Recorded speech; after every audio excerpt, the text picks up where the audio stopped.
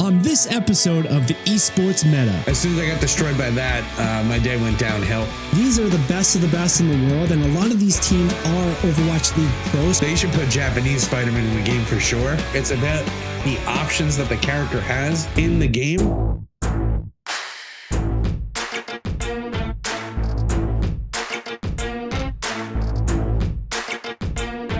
Welcome to the Esports Meta podcast, your place for video game news, updates, and competition. I'm your host, Billy Sims, coming at you after a week off from the holiday, and we were taken out by a little bit of a sickness, but we're back full strength, ready to get at it. Today on episode number 37, we'll be talking about Marvel Rivals. The hype is finally here. We'll see how it launches, and it's going to be coming out in just a, and we'll give you all the information, all the details you need to know to start playing. Then we'll also be talking about the OWCS. OWCS crowns its first champion. We'll talk about the meta. We'll talk about the play results. We'll talk about the scores and what happened. So stick with us for that. Then finally, League of Legends. The season is over now, but we're already looking ahead to next year. What's going on? What are some of the changes? Because there's some drastic format differences happening in 2025. And those are just a few of the things we'll be discussing in this episode of the Esports Meta podcast. Thanks for joining us today. If you are, we stream here every Tuesday on Twitch, on YouTube, as well as LinkedIn and through our Sports Fluent family. So hit us up on our social media everywhere that you are at the Esports Meta, or just drop a comment. We want you to be part of this discussion too, because we're gamers just like you are. But to have a discussion, you need at least two people. And to do that, I'm going to bring in my co-host with the most, Nick Layton. Nick, how you doing today? Pretty good. Yeah. You can't really complain. I'm a little cold in the Northeast, but other than that, I'm chilling. 'Tis the season, man. We're coming out of Thanksgiving. I know we were both knocked out for the week because of illness and the holiday, but we're bouncing back. We have a lot to catch up on. But last time we talked to you, Nick, you were just leaving for Eternal Weekend. How'd that event go? How'd you do?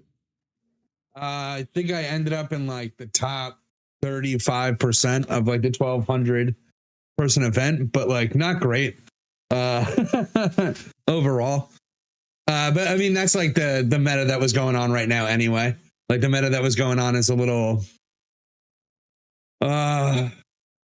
hard for a lot of people to deal with. It's quite fast, and basically it's like two ships passing in the night right now.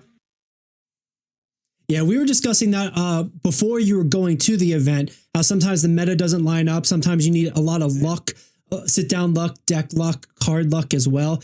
This is one of those highly competitive events too. Like you said, over 1,200 participants in this. So, top 35%, not ideal, but not bad, especially for the way things could go on that. How'd you feel being at the event? How was the event overall held? I know, usually these places could be small, sweaty rooms, but how'd it go? No, I mean, this one was at the David L. Conference Center. Like I can't remember, David L. Lawrence Conference Center in Pittsburgh. It's held there like every year, at least for like the last 3 years that I know of. I haven't checked past that. But overall, it was a nice, full, nice venue. It wasn't really like sweaty. It was pretty well organized. The only sweaty parts were like if you made it to the premiere table, which is like them filming for like the event, on Twitch and stuff like that.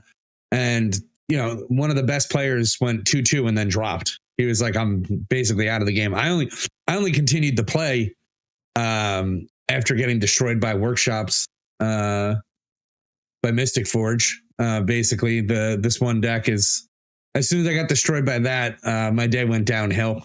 But so I was ready to drop, but my buddy did not perform terribly. So I just stayed playing, and then I dropped that 4-3 after he was ready to go.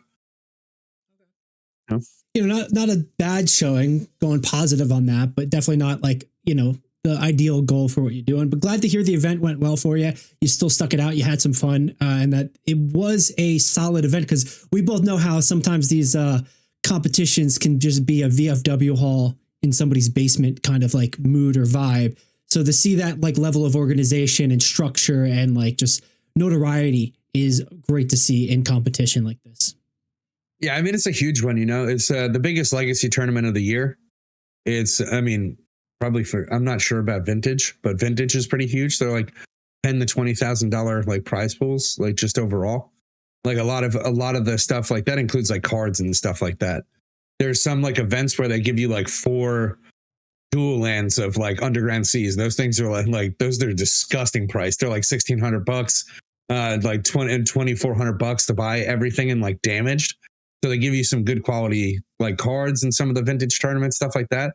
There's a lot of stuff to be had. It's kind of like Magic the Gathering, but Dave and Buster style. If you want to like, because like basically you can play in like a main event. You could be at the birthday party, right? And then you can go play like these side events where you get like tickets, and then the tickets you can get stuff with your tickets. It's pretty good until it's like the end of it. And then there's artists and stuff like that are there that'll sign cards. They'll do custom arts on your thing if you want to, you know, pay them enough money. Some of them are cheap, some of them aren't. Yeah, I got some stuff signed. You're telling me that I could win a PS5 if I go to one of these. Not really a PS5, but essentially like the same. Yeah, like you can just get enough tickets, buy a box of Magic cards with your tickets. Awesome stuff like that. Well, no, it can be old stuff too. It's not just like. That's great to see. I'm sure it's just an anchor point for the community to come together, play the game, and like a convention almost, but yeah, beyond the tournament overall. So that's great to see. Great to hear you had a good time. The event went well. It's been a lot more time than just the Magic event that you went to. Have you been up to anything else? Because I've had a couple things I wanted had my eye on since we were last on the podcast here.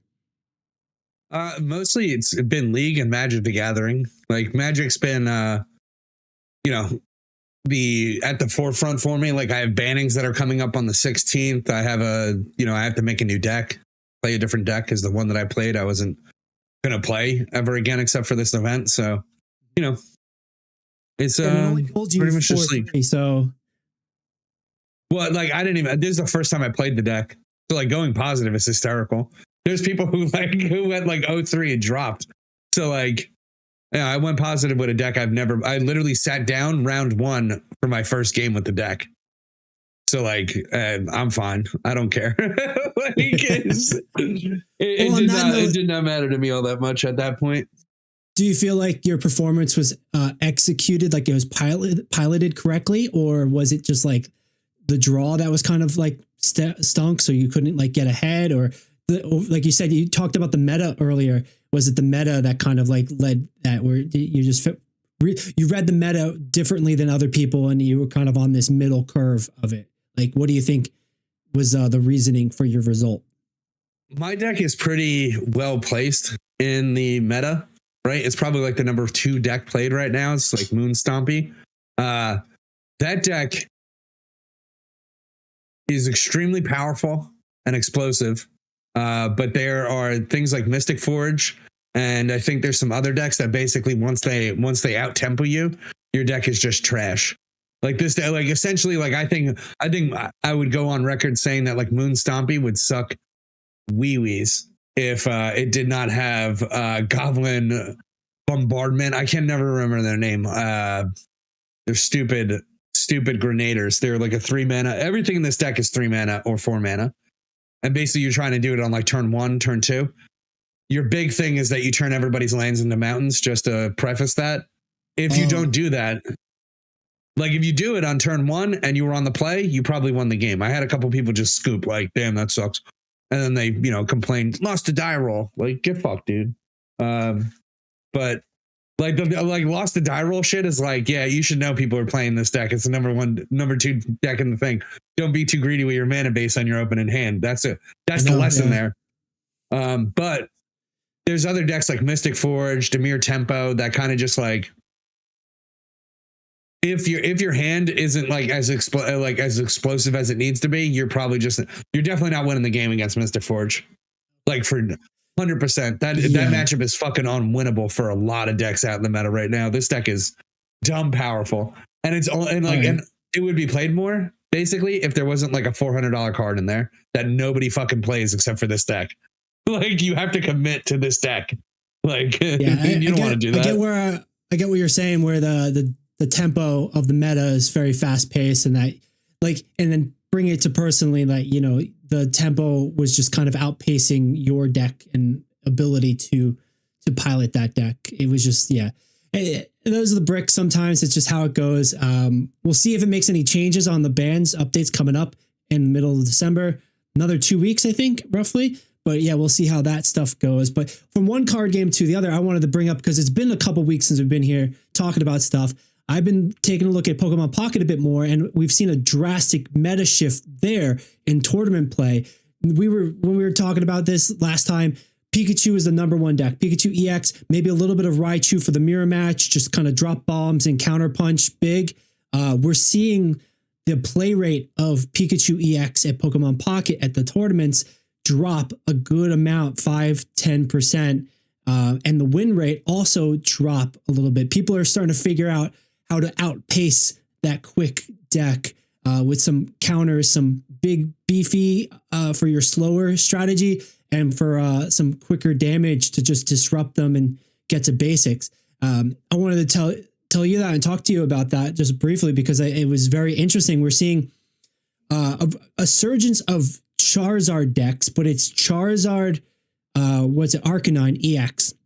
They're dropping like a Growlithe into two Arcanines inside of a 2 Charizard EX with 2 Moltres. So it's very direct as far as Pokemon dominant, less on the trainer support and utility, but they're able to pick Charizard, go for the big beefy bomb that takes, 3 Pokemon, 2 evolutions plus the basic, or go with the Growlithe Arcanine, which is only 2 Pokemon you need to find in your deck and only takes 3 energy. But the drawback is you do 20 damage to yourself. So it's interesting to see how the meta is starting to shift. The complexity of the decks are starting to grow a little bit. We might want to take a look at that meta and that deck list in the next week or two, maybe even next year if we can, just soon, to see how it continues. Because like you said, like off the bat for Pokemon Pocket, you were very adamant of like, man, going first stinks because you get energy disadvantage and you lose tempo. The other person who goes second gets the first energy and gets more tempo. They get faster. They get to kind of do things sooner. And we're seeing that paradigm and understanding of that shift. And that was one of the things I thought was super interesting. I wanted to bring up and talk about very briefly here. But like, that's like one of the coolest parts of the last 2 weeks I've seen in video games and competitions. It's funny, we're both talking about card games essentially, when it's been a little bit of a down point for some of the other competitions. We're seeing a lot of news, but we're not really seeing like the competitions really push through in the last 2 weeks. Now, I've been enjoying Pokemon. I said this before, right? I let my kid crack packs, like, and we've been cracking some packs. We've got some bangers. We got some Blastoises. We got some nice Arcanines. We got some very rare cards. Did they put trading in yet? I haven't like touched it in like 2 days.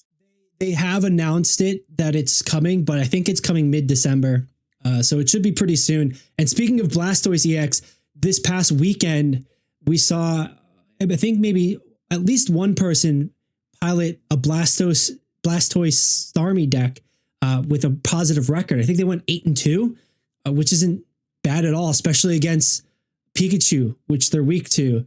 So it'll be cool to see if like a Blastoise comes in when previously expected and thought to be kind of like on that mediocre side. So tell your kid to hold on to that Blastoise. Don't trade that away.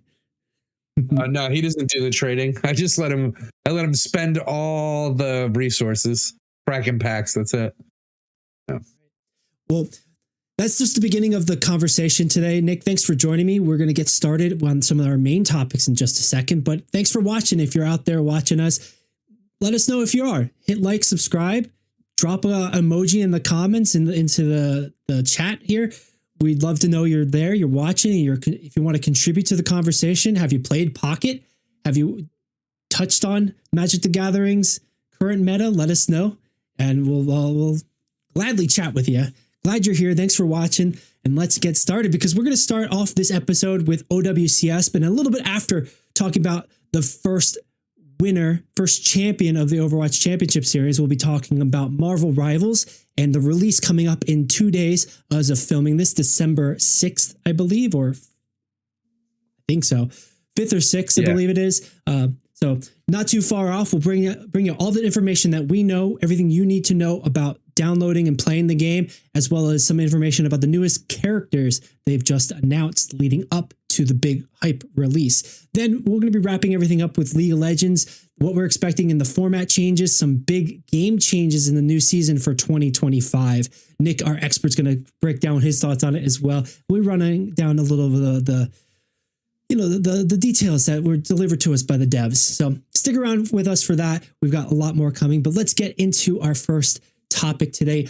Overwatch Championship Series inaugural season wrapped up at Stockholm DreamHack this past weekend, 2 weeks ago. We're a bit late, but a ton of things happened, and we gave you the prep leading up to it. Now we're going to bring it home, run it down, talk about everybody who's won. I need to reset a little bit. I got my brain spinning a little bit faster than my mouth is running, but this was the inaugural season of the Overwatch Championship Series. We saw a ton of teams compete in the Face It League, trying to earn points to qualify to make it to the major 2 events. We did also see an extra third event with the Esports World Cup, bringing an extra dimension of cool with their pick ban system that Overwatch has been asking for almost a decade.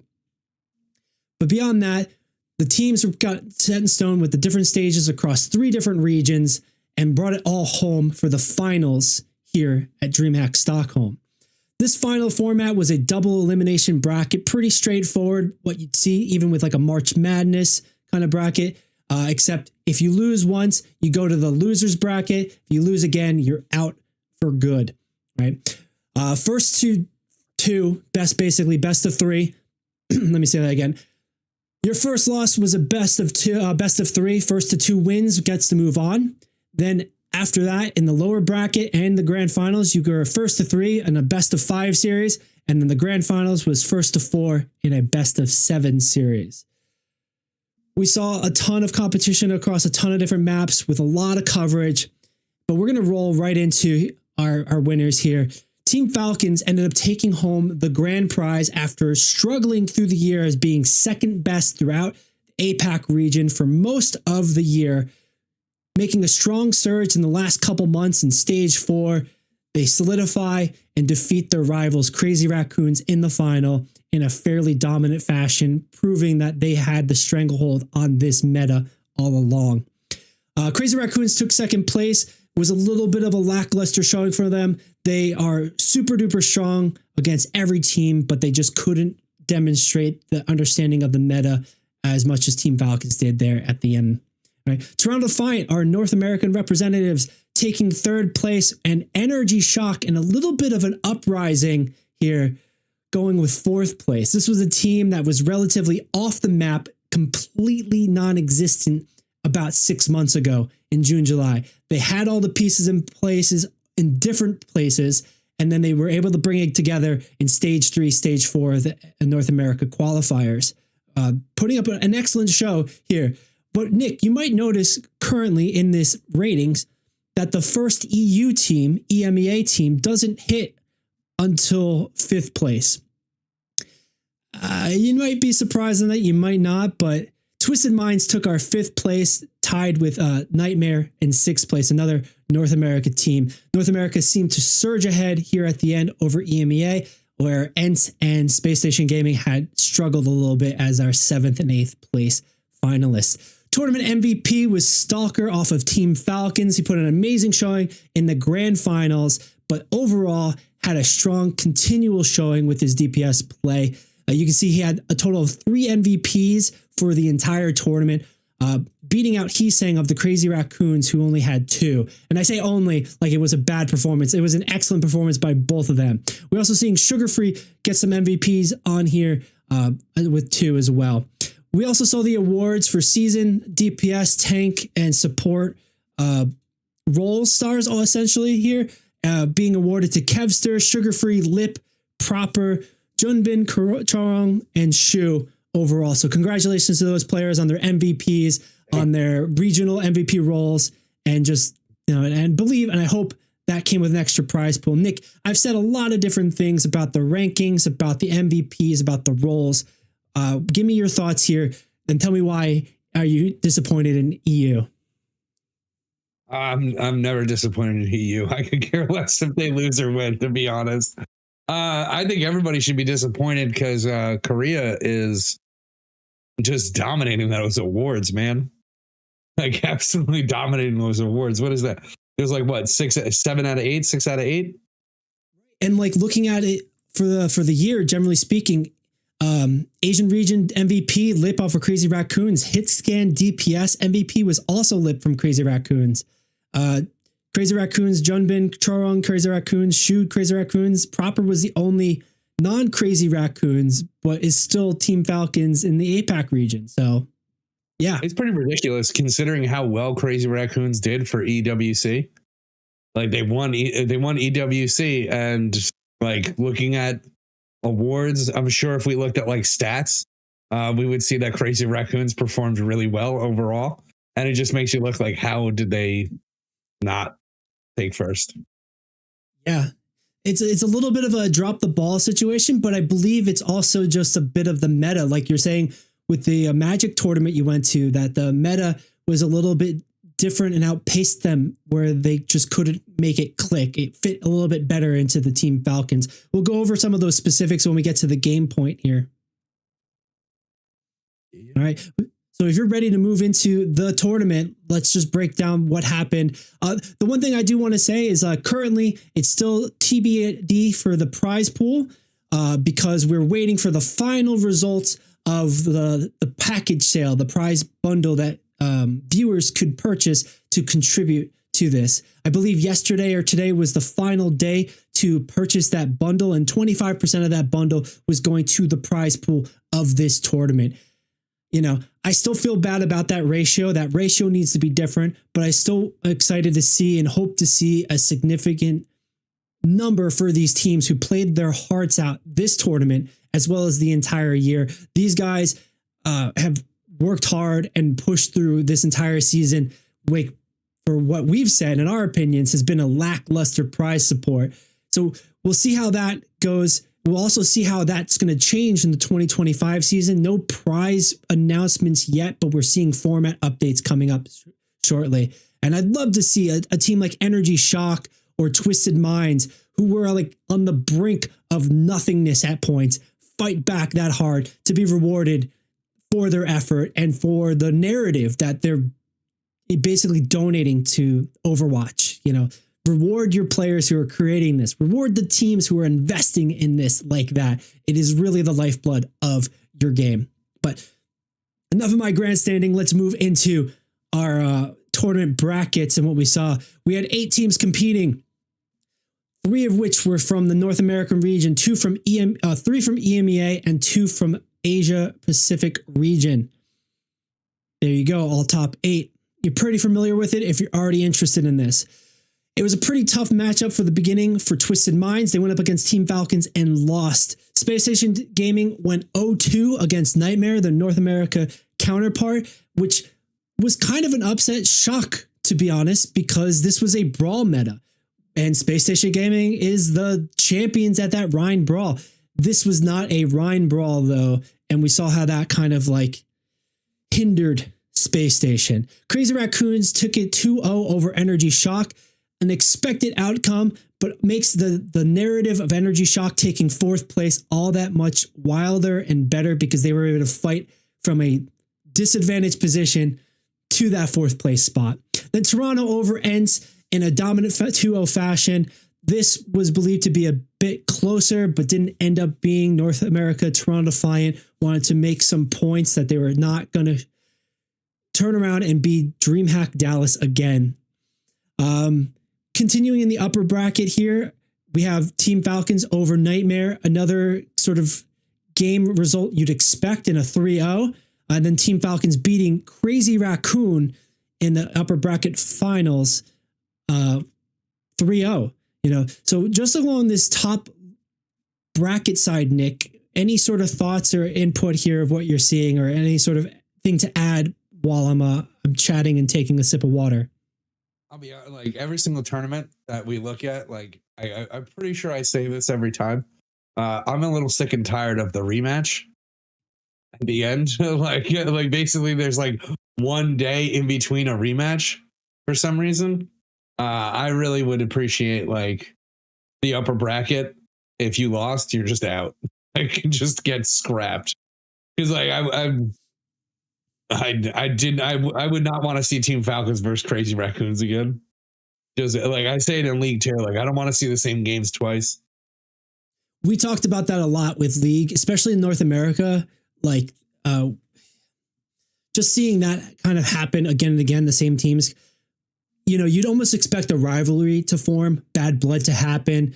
But the way video games work with the meta, you kind of dip into the opposite where it's just, hey, this is going to be the same results. You're seeing the same game play out. Unfortunately, we've seen a little bit of that, but this one has had the potentiality. We've seen some North America upper bracket finals into grand finals be different, even EMEA. So like, it's not entirely truthful, but yeah, like I think 3 out of 4 times you have been right in that like vengeance story that like we're going to come back and we're going to strike vengeance rematch, and it just falls flat. Look, upper bracket semifinals, then lower bracket finals has the exact same rematch, and then upper bracket finals and grand finals have the same rematch. Yeah, man. Then taking a look at the full lower bracket here, Twisted Minds over Space Station, which was also a bit of surprise. Space Station was one of the first teams eliminated from this tournament, getting just going 0-2 in their first 2 matches, and surprisingly losing the Twisted Minds, who many thought were the weaker team, if not the weakest team in this tournament. Energy Shock 3-0ing Ents as well. They were an off-meta team coming in with a Junker Queen, so that might have shaken things up with Ents, who recently also parted ways with their coach Crimzo before the tournament. So they were operating for some time without a coach, and one has to assume it was not very beneficial to them. These are all Overwatch League caliber players. I'm sure they know what they're doing here and there, but the result here, 0-2 in this tournament, you know, might speak otherwise for that coaching position or not. Toronto Defiant going against Twisted Minds. Twisted Minds pushing them to the brink and losing 3-2, with Toronto winning in that matchup ultimately. Energy Shock 3-0ing Nightmare. This was a matchup that was expected to be a lot closer, as the 2 dark horse teams from North America who've drawn some blood from some of the top moments in tournaments previously. And here it was basically a full knuckle bash, bruise them out kind of battle to stay in just to the next round. Basically a battle for 4th place, because then Toronto Defiant knocks Energy Shock out 3-0 quite defiantly, and just to go to their own demise in a 3-0 repeater with Crazy Raccoon. Nick, that's the full lower bracket here, man. And like, I have to kind of agree with you. Like, we are seeing a bit of a repeat fashion happen, but like, you know, sometimes even like cross tournament, like stage 4 kind of results. It might just mean that, like, you know, it just changed the way the formatting is set up for the games. You know, in the tournament itself, like maybe don't make it such a regular bracket. Come up with something a little bit different to make it a little bit more interesting. I'm not really 100% sure how you would go about it, but you know, maybe bans is what Crazy Raccoons needed in order to beat Team Falcon. Like, you know, maybe it was that. Maybe that's yeah. And it might be tough to see some sort of change up in like a bracket format when they're holding these events at like a major land like DreamHack.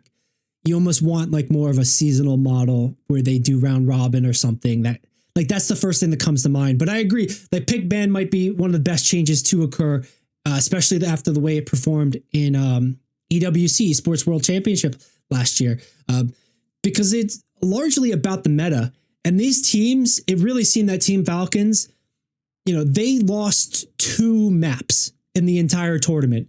They 2-1 Twisted Minds, 3-0 Nightmare, 3-0 Crazy Raccoons, and then 4-1 Crazy Raccoons. So they only lost 2 maps Out of all of them, they played 7, 10, 12. Out of 12 maps, they lost 2. Maybe the meta is the problem with that, where it's just too focused on the DPS that could perform with Proper and Stalker. Maybe the pick ban system is the big change that we would be able to see for teams to shake it up, to have some more competition and choice in competition and strategy in this sort of layout. And that's something we'll TBD to see as far as the 2025 format. We've got some news and information about how that's going to look. But, I just want to wrap up this section of the competition with, as my notebook changes pages, with the actual meta. We saw a handful of variety and a couple different reads, but it was largely ended up being the same thing. Juno Brig was your backline overall. We did see Genji Reaper come out on DPS. We saw Widow Echo, map dependent, maybe situation dependent. And that was usually run with like a Malga sort of brawl idea.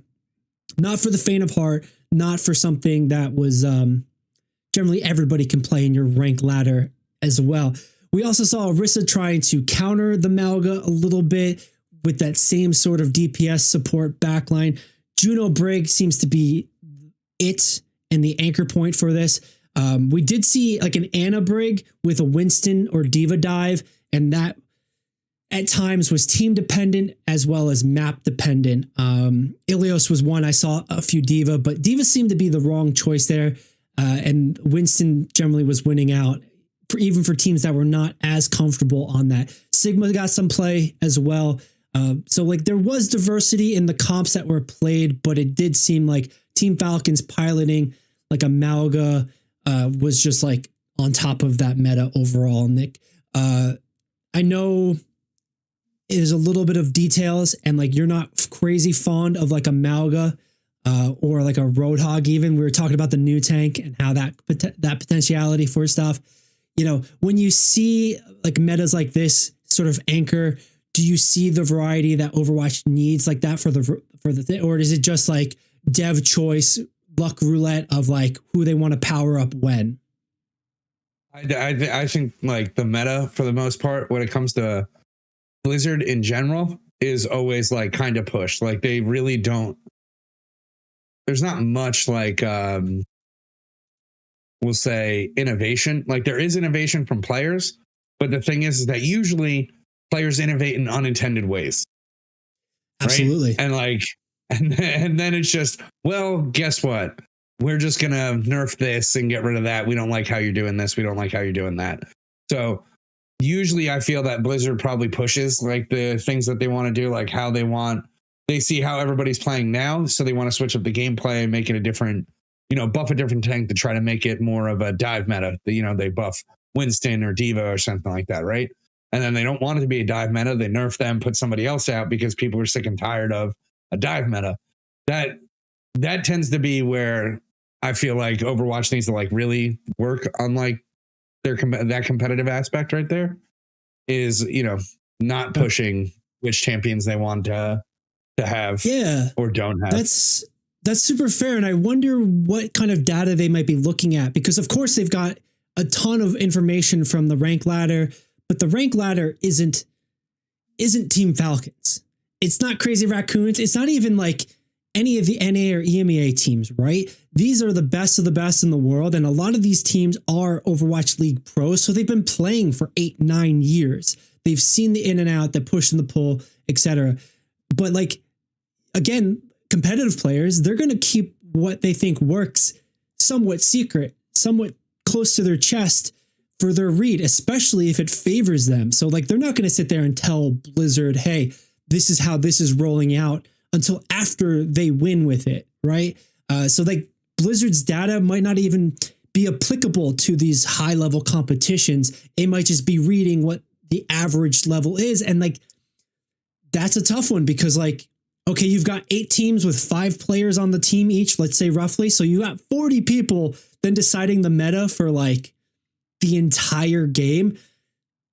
It's an interesting conversation about top down versus bottom up or middle out as far as balancing goes.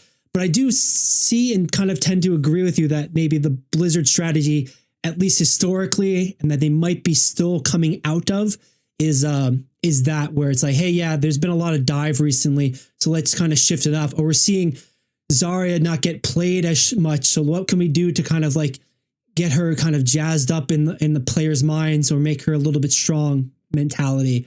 And like, that's not necessarily a bad thing, but yeah, like for a tournament like this, it kind of fell flat, even though we saw a lot of diversity in our hero choices and our comp selection. Again, that could just be high level competitors keeping it close to their chest, being like, hey, we got the read. We ain't sharing what's going on until after, bro.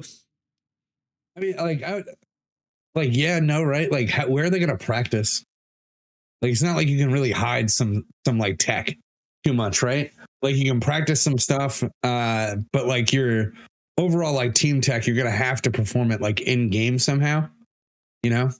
But that's just a thought and I think the most of a window you get for that is scrims, which are like private lobby matches. And of course, Blizzard can technically watch that, but how are they going to, you know, watch that? And like those scrims, just like much any other professional sport, they're not putting everything on the table when they do that. They'll try like a little flavor of this here, a little taste of that there. They'll kind of get the idea of a play or a run, right? But then until game speed, game time, you know, that's not until you see the real thing happen, really. That's only the time that's going to go down like that. So, you know, it's the difficulty of game development. It's the difficulty of competition. And that's why we're here to kind of break down our thoughts, add our 2 cents and our vision through that. What do you think, taking a look at this tournament? It was 2 weeks ago, but this is pretty big. This is inaugural season of OWCS, our first champions, not Crazy Falcons.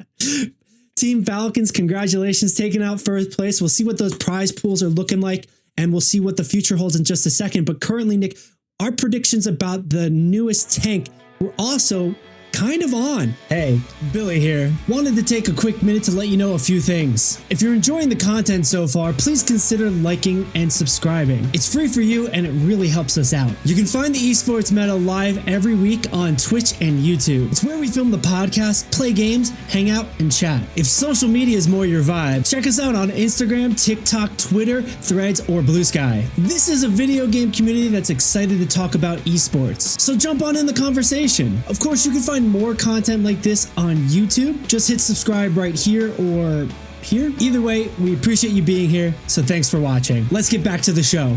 We weren't too bad. In the background here, I'm going to put on some gameplay footage of my boy Yeatle, who is a tank player extraordinaire, as well as the skill check champion, playing Hazard for the 3-day trial after. But they've released, let me see, bring this in. All right, there we go. They've released a new hero on a playtest capacity for the weekend of OWCS. They also did a show match at the event with some of the casters and streamers that were at the event, playtesting and demoing out his kit.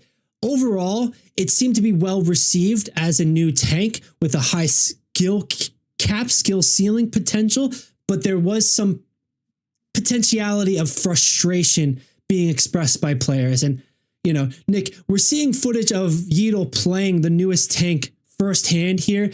It's a YouTube video, so it's going to be a match where he was dominant in. But first and foremost, just to run down the kit for you, is he's got a leap forward, much like we called it, where it's Winston-esque. And at the end of the leap, he swipes his blade, doing a pretty significant damage.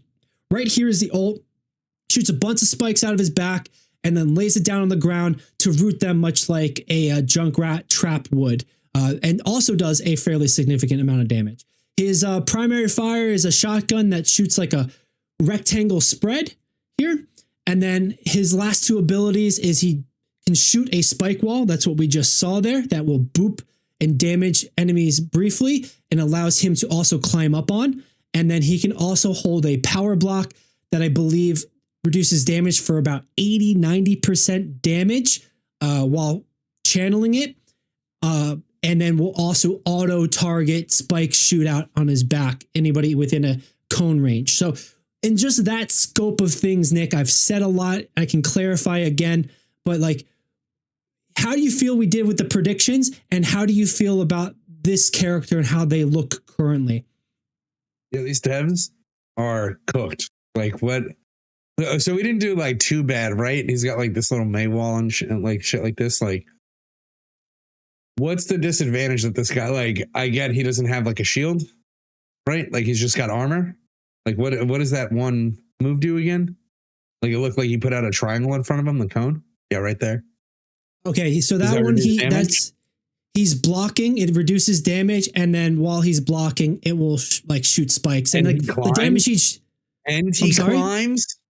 He climbs the walls like Genji. Bro, these people are jackasses. They're so jackasses. Why does Reinhardt have to be punished for his fucking charge, but everybody else gets like a miracle dash? Like the power creep is crazy. These people are cooked in the brain. What is going on? So to kind of just like temper that reaction a little bit, we are watching a game that Yeatle specifically put on YouTube where he's dominating. I think he ends up going like 38-0. But second is like, I think the relevant point is that power creep overall. You're right. I don't think you're wrong on that, where like modern solo tank needs to be able to do a little bit of everything in these situations. His disadvantage is he has to close the gap. His disadvantage is that his primary fire really doesn't do a lot of damage. His ult and his leap slash do like about a third to 50% of an HP pool on hit. So like that is currently like the strength. And then the wall climb it's a baby wall climb. I like to call it parkour. He cannot climb. It's like half the distance he can actually climb. I know it might not actually matter in the long run. Build underneath his feet, and then he can climb up again. Like what? Yes. Hold on, man. Like, and he can also use the leap into the climb. So like there is that mobility, and that's why it's like he's like a brawl dive tank hybrid. I can't wait for Marvel Rivals to steal this concept of this character and put Kraven the Hunter in the game. Like I feel like it's like this is so silly. Like Kraven the Hunter, like it's absolute nonsense. I thought he would be a little bit more like, you know, he goes in, and if your team's not there to like back up, he would be like just armor, not have like an active like, oh my god, I need to defend right now. Like, well, you're not necessarily wrong on that. You're not necessarily wrong on that, because his team needs to follow up on it. He doesn't really do a ton of damage going in besides his like little combo. And like, if you can't get the right positioning or distance to make that happen, you're vulnerable on the way in / you're taking the damage. Plus once the wall is kind of down, you're boned. So like he works a little bit like a Winston in the bubble sense. He works, a little bit like Doomfist, I guess, in that way, like as far as direct comparisons. But yeah, like tankier? It does like Doomfist, but tankier. Yes, like, and no. Does less damage except for his first hit, where he does 30% of someone's health. He's more consistent. He's more consistent than Doomfist is, but then like also like less. He's like more controlling, because like the placement of the wall matters, the ult matters. Like, yeah, like you have those choices. Yes, the wall is destructible. It's like so how many hits, right? Because he just has a kind of like a low grade Reinhardt shield. He's also got a defensive mechanism with charge to prevent some amount of damage. The power creep on this is kind of wild, like overall. And it's from a person who likes like Reinhardt. Like he needs to be able to be playable in this game, man. you get farther and farther away from Reinhardt being playable when, you know, these tanks are doing everything, and they're also the people who do damage. You know what I mean? Like, it's not a bad concern. It's definitely a big flag to talk about, because with every take, like, okay, think about the last 2 tanks that they've put out was Malga, which people have especially not liked, not appreciated the kit. And then beyond that, it was a Sigma before that, Orisa, like you're talking about the Ramatra, whatever it is. Oh, you're right. I'm sorry. It was Ramacha. So like you have Ramacha who can do everything, but then he has to choose. Like he can infinite block 90% damage, but he's not doing damage while he's doing it. This guy has a meter like Diva's defense matrix when you're blocking, and then you are doing some damage. I think it's 12 damage per spike that auto targets, and you can take like Doomfist, you can take full damage from the 180 degree behind you. So at your 90s and everything behind you will and can take that damage. All the potential bullshit that this character has, though. Like, I'm not trying to like really say, oh my God, he's like so powerful and stuff. But like, there's really not too many negatives when you get to just hide behind your shield and run away. What's it? His jump is a 3-second cooldown. It's like a 5 or 6 second cooldown that goes on cooldown when you press it, not when you 4 seconds. Wait, it's like a 5 or 6. It's a 5 or 6 second cooldown. No, it's like a 5 or 6 second cooldown. It goes on cooldown when you press it, not when it completes. So like that's just a little bit of a visual difference. It's a 4 second cooldown because you're in midair and it's already cooling down. It's like a 5 second cooldown until you land. Yeah, it is 5 seconds, but it should be paused. So but like, anyway, that might be a thing that ends up getting tweaked, of course. But like that's what I'm saying. Like I'm not shilling for this character just to be like for the sake of it. But what I'm saying with this is that compared to the previous design for solo tank, the Ramatra, right, the Malga, like I think this is a higher skill floor and skill ceiling for maybe actually lower skill floor, higher skill ceiling, because you can just kind of leap in and just like turtle up. But like if you do that poorly, you're effed in the A already anyway. So you only have like a meter. Whereas Malga, you were just like gunning it and like you're just caught in the middle of the road. You get hit by a bus, quite literally and figuratively. Ramatra, you end up blocking and you become a block bot who just doesn't die while the ult goes. So like I hear you on that. I agree with you. Like the design, it's absolutely leaving the older tanks like a Reinhardt or a Zarya in the dust with all the different sort of aspects of this. But this seems to be a better sort of choice and decision for the current state of the game, where tanks have playability and not just standability. I'm not just absorbing abilities and not just blocking or just being abused kind of thing. So that's where I'm coming from on this. I don't disagree with your points, but like he's got crowd control. He's literally got the ability to corral people because of the ice wall, his poison wall, whatever you want to call it. Like there's a lot more. It's not about like an overall innately being a broken character. It's about the options that the character has in the game are a little bit too glaring. That he has too many different situations where, like, I don't think a tank should have that many options, to be honest. Like you should have like, all right, we're gonna get him over here. I'm gonna block this wall off. Like we watched the video there where he's, fighting another one. He blocks off a wall. The guy's got to go out the other door now. And it's just like that little extra thing that, May should be a tank. Like I've said that before, like, whatever, but it's just a little overpowered. It's just, the options are a little bit overpowered. That's what I mean. Not the overall kit. I think the choices make for good skill development, good ability for people to learn and like be able to make plays, which is kind of nice on a tank. But yeah, like it can get out of hand pretty quick. And that's like the problem with Doomfist. If he's too good, like people are miserable / he can just run a lobby and just like zoom all around, etc. We'll see how it goes. This was also a 3-day playtest. The first time anybody's had their hands on it in the general public. The first time people have played against him.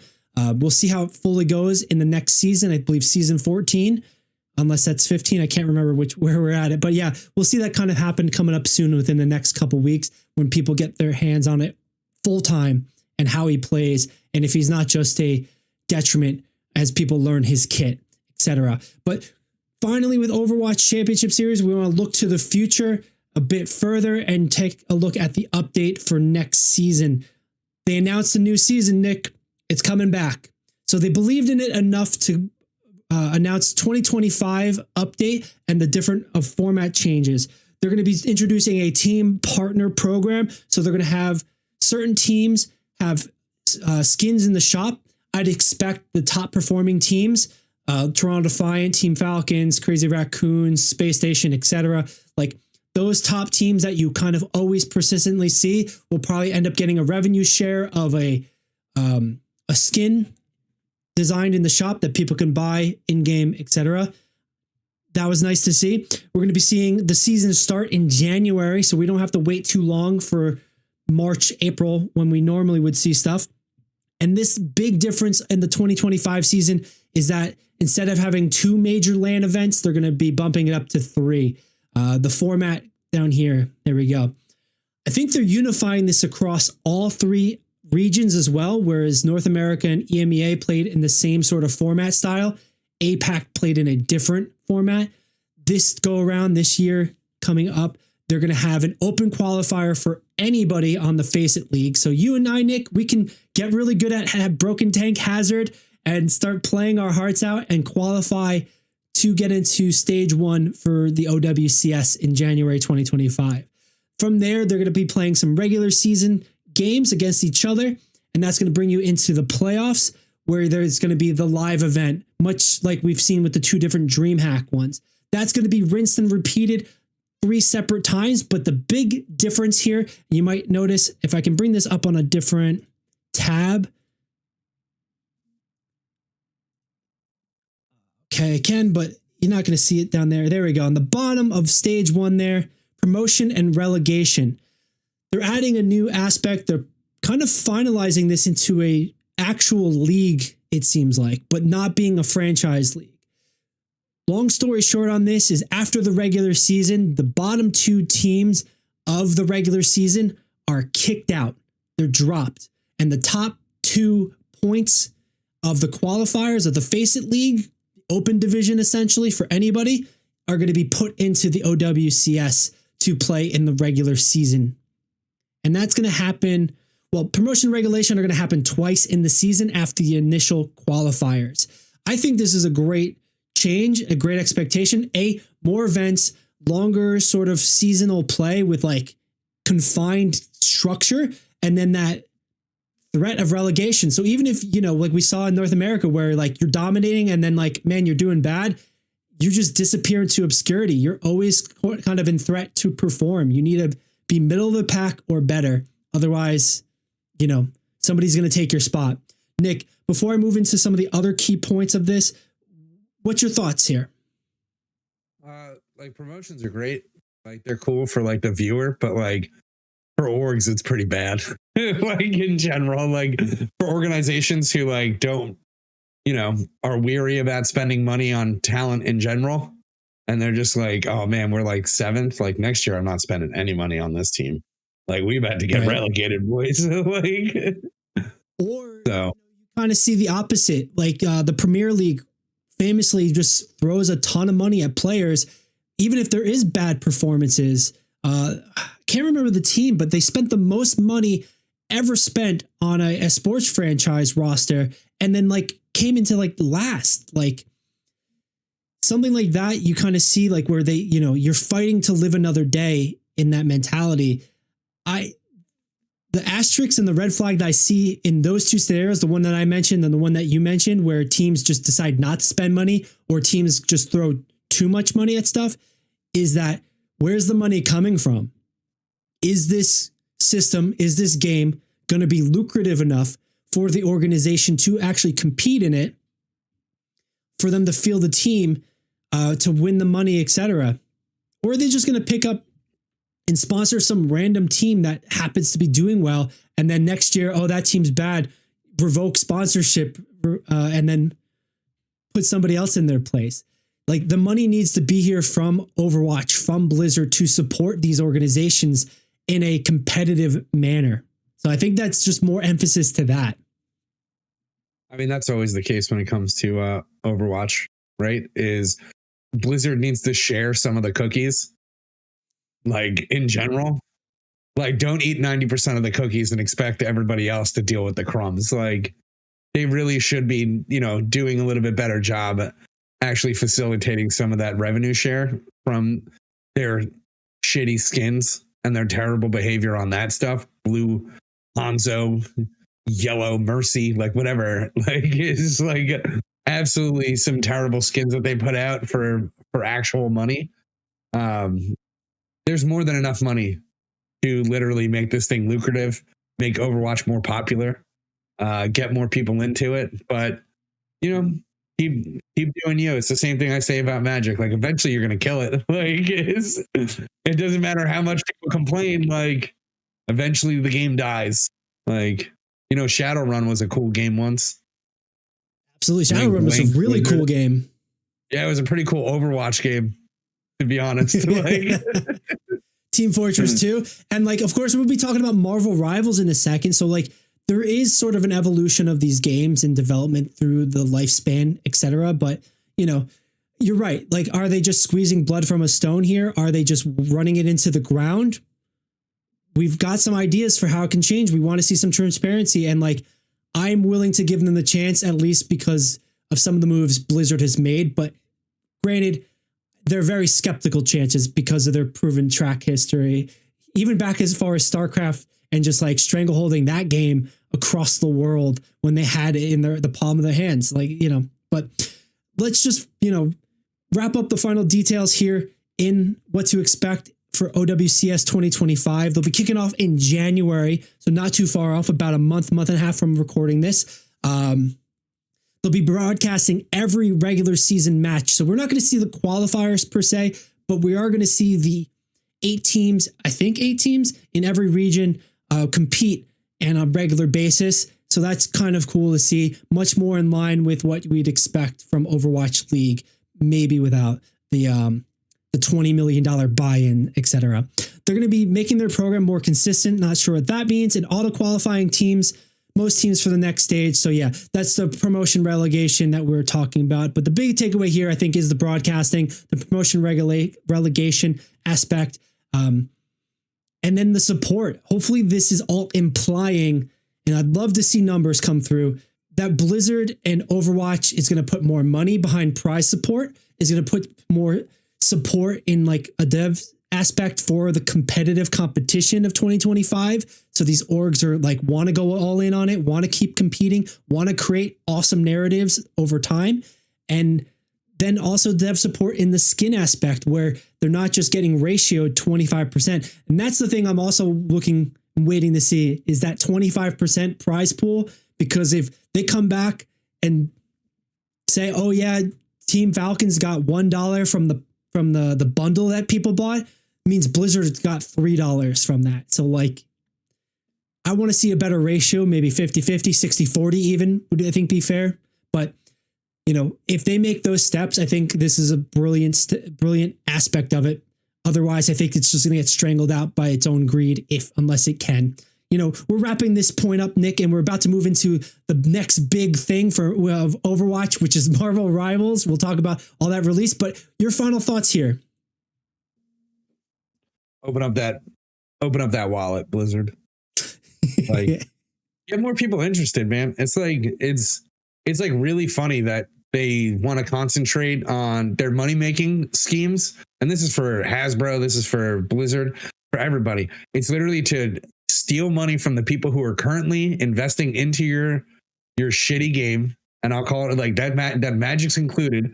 And I love Magic, but like, and like the new players are not really like taken care of all that much. Like at this point, like there's so much time that people have spent playing Overwatch that like it's daunting to new players to go into it. Like instead of making sure that all your tanks are relevant, you're going to release a new tank that power crept 2 or 3 other tanks. And basically, it seems like they're re-releasing like every tank just in a different form, right? Like Mauga's just Reinhardt. This one's Winston. So like Ramacha's probably Orisa.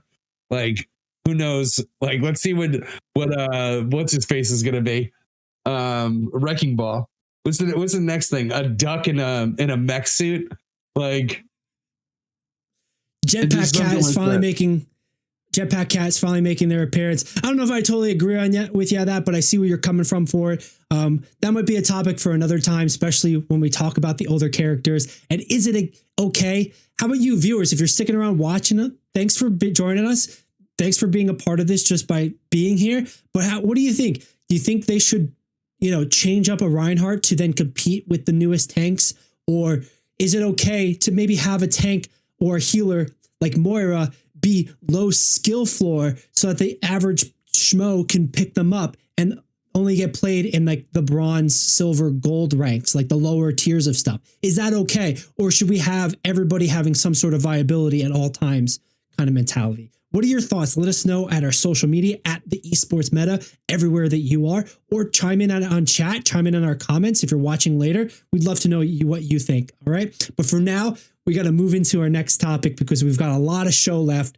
And right now, we're going to be talking about the Overwatch killer, Marvel Rivals. We've been hyping this game for months and unhyping it as well for months. We've had our skepticisms, we've had our hype, but here we are, only 2 days out as of filming, 2 days away from the release of this 6v6 MOBA arena hero shooter, whatever you want to sort of label it.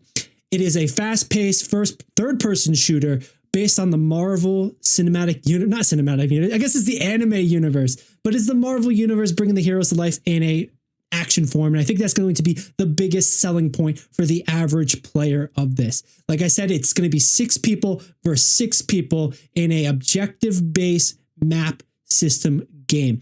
Nick, we've got some videos, we've got some hero releases as we're leading into it. They're trying to push a no roles, get rid of traditional role aspect like tanks, DPS, support.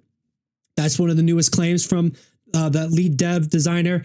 They're pushing a couple other mentality and aspects of this as we go into, I guess, the 33 hero roster that they're going to release on launch day. What are your initial thoughts here as we kind of go into then the characters and the deep dive and the information we have for release? This game looks phenomenal. Quote me on it. The game looks amazing. Characters look great. Visuals look stunning. No, I don't know. I don't have high hopes for this game. I think it's like a dumpster fire just waiting to happen. And it does not give me hope for someone to say like, yeah, we came in as the Overwatch killers. We kind of like, we leaned into that. And now guess what? Now rope-a-dope guys, it's nothing like Overwatch. It's like, it's kind of like, basically like, I don't know, like, what is this supposed to be? Like Fortnite mixed with Apex? Is like that what it's going to be? Like, that doesn't sound good.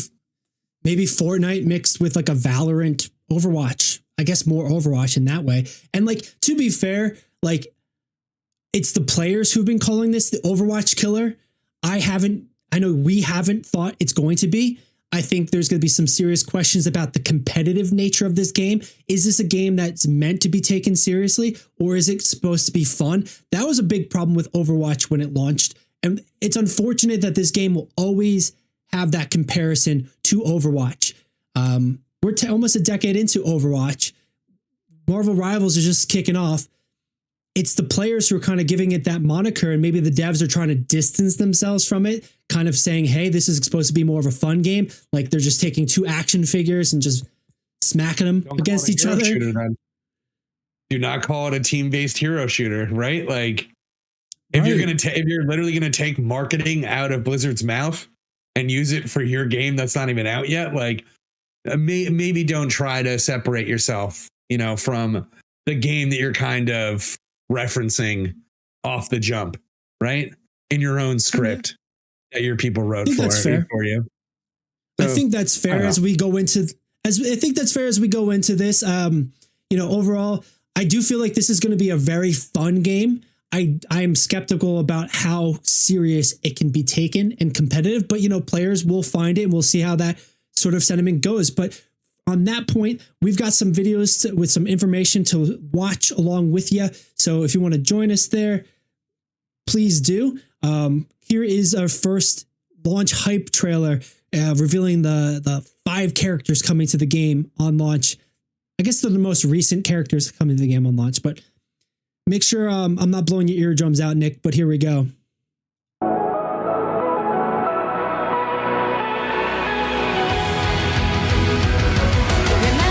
the dusk, the lights gripping tightly, trapping all those fighting souls, but yet across the world I see you standing in my way. And remember the time, the place we used to fight. Sound, yeah. Moon and I wonder if ever there was a time that we were friends. And I had fallen shadows. That looks disgusting. That Wolverine looks disgusting. Like what is that? That looks like Sabretooth, bro. That looks like I need you to stop us. What? Oh my god, what was that? Like X-Men Evolution or something? That looks like X-Men Evolution Sabretooth. Like that's fucking disgusting. That's been one of our, that's truthfully, like that's been one of our criticisms is they do have a very particular style. NetEase is producing and distributing this game. So it's likely choosing an aesthetic that's going to appeal to the APAC region, maybe with the anime style, maybe like, and it is a little bit more fresh than what we've seen Marvel IP before in the world where everything's a new version of the same stuff.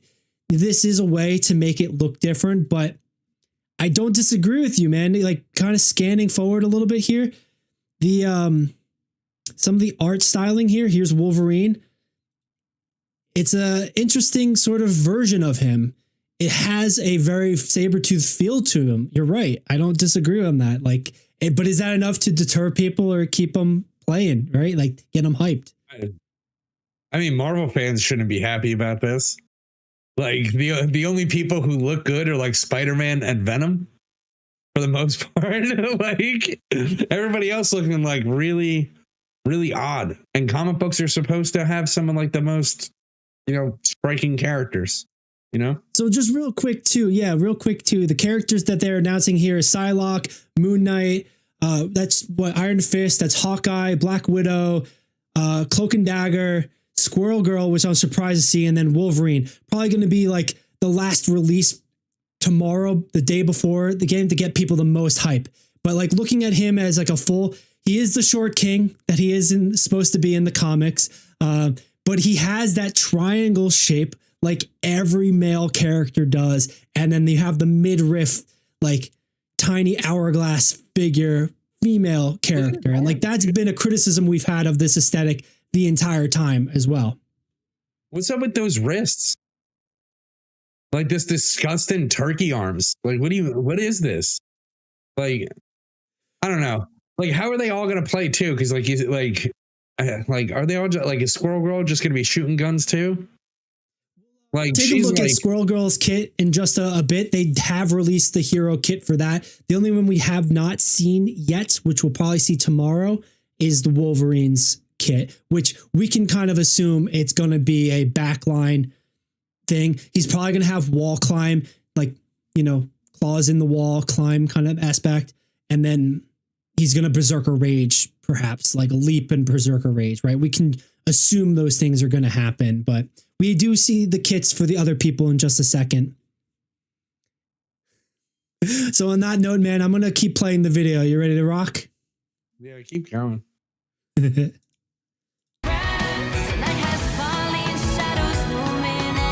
Magic looks fine though. As far as like comic book art, Magic looks great. Do you remember who you really are? Show me that you are still the only one for me. I'll be waiting for you.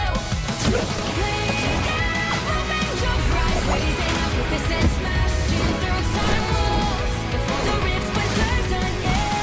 The arrival till the end. Rise up, open your mind, hold on to your powers. No one can stop us. The arrival till the end of time.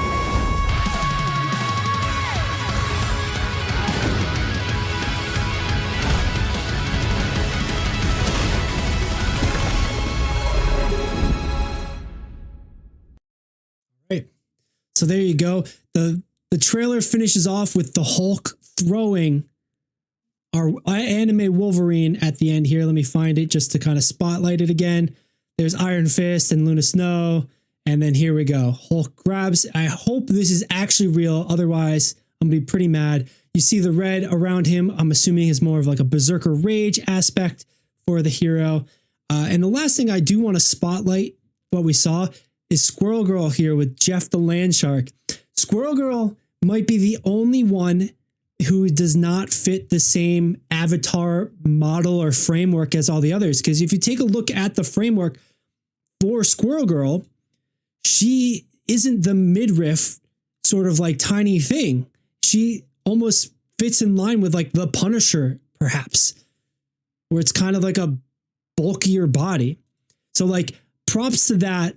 I do feel like they have been and could be able to do that with some other characters, but at least that for Squirrel Girl, it kind of breaks that like every character is the same framing model. Like, how come we don't got Howard the Duck in this game? Like, Coming come on later now. for free. Yeah, cool. I don't know. This guy, like, I really do hope I'm wrong for all the fans of this game and all the fans of Marvel and stuff like that. This game looks like ass. Like it looks like they need to do a reverse of what Fortnite did and go straight PvE with this game. I think it would probably make one of the best PvE games they possibly could, but they don't want to spend the money or time to make a good game. Like I think this game is gonna be phenomenal. It's gonna be phenomenal. I do But feel like I really do hope I'm wrong. you might be a little bit harsh on this game expected. I think you are looking at it with a lens for like a competitive or a serious nature. I think if your like kid picks it up, it's free to play. It's going to have a ton of cosmetics. So you could take it like unseriously. I think it's going to be that. I don't think this is a game you're going to be able to session grind for 10 hours without getting mad at like kind of the flagrant variety of it. And like, I don't necessarily think the flagrant variety is a bad thing, but it's definitely at odds of, you know, of certain other things. And my biggest criticism, like, and it might be cleaned up and I have to wait till my hands get back on the game, is last time I played, the aim reticule felt like it was all over the place. Like I was steering a marionette puppet, just like, and we saw it in some of the test videos for Bucky and Captain America when it released. It just bouncing around. I'm hopeful they've changed that and smoothed it out. It was a beta thing, but like that's where my skepticisms are anchored. But I hear you, man. I agree on that. Do you want to hear what the main dev has to say? Some of the information to expect, or Sure. do we want to move through to the hero kit? Full screen. Take it to full screen real quick. All right. So this is okay. Let's go to volume 1. Actually, long story short, with a lot of this is that the I'm gonna let's go. Dear rivals, Guang Guang here. Today, I'm happy to share with you all the latest news regarding the Marvel Rivals roadmap.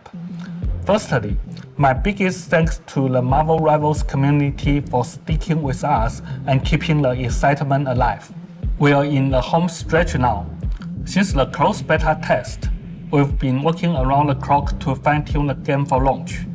Everything from perfecting our roster of heroes and villains to enhancing the stages, refining systems, and ironing out the last bugs. We're committed to making sure we deliver a game that's as epic as the Marvel Universe deserves. So bear with us just a bit longer. We're almost there, and the new content is shaping up to be something special. Now, for those who have been keeping tabs on Marvel Rivals, you've seen the 33-day countdown, starting with 2 days now. guy himself, Hulk. Ages ago, Hulk was the first hero we built. His ability incredible leap, setting the tone for our quest to make it unique and make it crazy. As the countdown ticks down on our starting lineup of 33 heroes, the final hero to be revealed will be sure to excite, especially the team-up ability with the Hulk. So, stay tuned for the rest of this wild ride. Nick, I want to point out real quick is he's alluding to Wolverine there, and he is alluding to the team up fastball special. So like, I think he's confirming that with there. And then second is, Where's the quote? 115, I think I noted it. Down on our starting lineup of 33. No, it's a little bit before that. Here we go. Our quest to make it in So sorry, I play and paused a couple times there, so the audio is going to be a little bit weird. But the quote here is that their quest is to make it unique and make it crazy. I think this kind of just fits in line to what we're kind of saying. Like, I know you're a little bit harsher in saying that this is going to be a circus, but I think maybe that's the point. This is going to be supposed to be a fun game, and this is not meant to be like a serious competitive game, though it will be played competitively. Make it unique, make it crazy.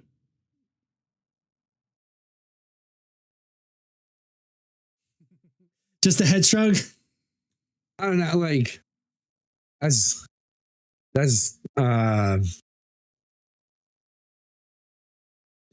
how do I put this? That's coached. That's a hella coach sentence. This game is strictly meant to be competitive. It's like this game is absolutely meant to be competitive. It would not release no. It would look different if it wasn't a competitive game. It would have more fun aspects to the game. The destruction would have more fun, more interactive, more crazy shit would happen when you blow the map up, right? Hulk lands down, doesn't do shit, but like Scarlet Witch coming over here, changing reality.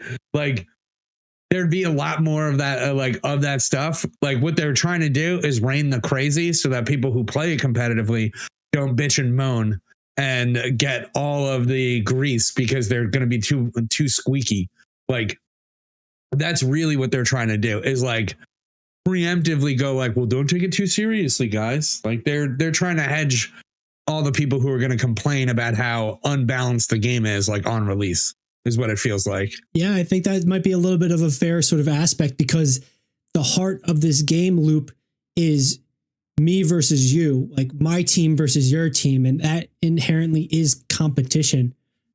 So maybe it won't be the upper echelons of competition, an official franchise league, perhaps, but I think you have a valid point. Like they're trying to hedge their bets a little bit here for what the player expectations are, etc. So moving into literally the roadmap and what they're kind of going, and let's kind of continue if you're ready for it, Nick. our seasonal roadmap. Come December 6th, players will get to jump right into Season 0, Doom's Rise. Over the course of this month-long kickoff season, we will release a total of 33 heroes, 8 maps for quick match and competitive modes, a conquest map, and a brand new practice range. Though I will keep the specifics about the newly added heroes under wraps for now. Doom's Rise is our opening season, and it's all about the chaos caused by Dr. Doom's time experiments, unleashing the time string entanglement, resulting in the formation of 4 new chrono verses: the techno dystopia of 2099, the present timeline where evil readily strikes, the unstable space-time of the mosaic timeline, and the collapsing timeline where even the gods can die. Futures, pasts, and alternate realities will be woven into our ever-evolving narrative, where every match you play tells a story. But this is just the beginning. We are eager to bring more heroes and maps to those who love Marvel Rivals. So, Season 1 will begin in early January 2025. This season will be the framework for all our 4 seasons going forward, where we plan to launch each season with new content, heroes, maps, team-up abilities, and maybe even new game modes. Each season will last about every 3 months. Behind the scenes, we're already laying the groundwork for next year, and it's shaping up to be something really exciting. I'm going to pause us there again and go back into this camera. I'm a little bit surprised by the roadmap at how lore heavy it is, right? They are emphasizing story narrative. Maybe it's more in that Fortnite mindset of like, hey, this is happening. That's why the map changes, right? But they do have these comic book characters who are very story driven, very enriched and deep in stories between the movies, the comics, the shows, the cartoons, the action, all the different things, of course, right? So like, I'm actually kind of surprised that they're then also trying to incorporate that in the every match tells a story thing as well, kind of taking the time to emphasize that part through this all. You know, I don't know if I'm not going to force you to chime in on this, Nick, but you know, if you have anything to add. No, I mean, what I would say is it's probably more to the psychological effect of like your character that you love. Like you say, you know, 2099, and we have like Spanish Spider-Man, right? It's like Spanish Spider-Man. I can't remember. I think it's like Miguel Marcus Martinez. Martinez. Miguel. Like something with an M, right? But no, like Miguel that's O'Hara. 29. Yeah, That's Miguel O'Hara. 2099 Spider-Man, right? So like some people out there who really enjoy 2099 Spider-Man might be like, oh damn, they got 2099 in here. And so like adding that lore in just makes you think about the character. You could not even care about that lore at all, but it does pique your interest of like, oh man, I really hope that they do this. I really hope that they do that. Right? Yeah. Like everything that, you know, Marvel does, I'm like, what about Howard the Duck? Everything that Disney does, I'm like, what about Darkwing Duck, bro? Like, what about Darkwing Duck? They did deliver on that one. But anyway, that's a different subject. But what I'm saying is, right, is like, it's probably more of, you know, it's getting you into the thought process of, hey, if your character's not here now, he'll be here later. And, you know, every season we'll get you some new characters, get you some new lore. And so like you might get closer and closer to having Hydro Man be a playable character, but it's never going to happen. Right? Like you get real close to it. Like you get Hydro Man. Like, sorry, dude. He kidnaps ladies and tries to marry them on Niagara Falls and stuff. Like, no. That's an interesting sort of point with this because my cynical thought with this is like it's the emotional entanglement. It's how I engage. If I have a feeling about a thing and you're presenting that thing, I'm going to be intrigued. I'm going to be emotionally engaged. I'm going to check this out. And then when it happens, if I like it, I'm going to be willing to open my wallet, you know? So like it is a success pod. It is value. It is storytelling on that. So I, you know, just absolutely agree with you on that one. That's a great point as far as how the emotional engagement happens through the lifespan of a given IP or given game. Yeah. So from there, let's kind of keep going here with this going on because now is about monetization, servers, and language support, which is going to be pretty straightforward. We know it's going to be Battle Pass.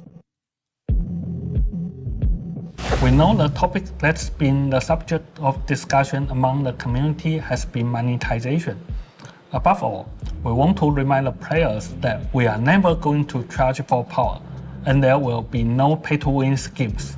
So to start and launch, we are rolling out a Battle Pass packed with costumes and cosmetic goodies.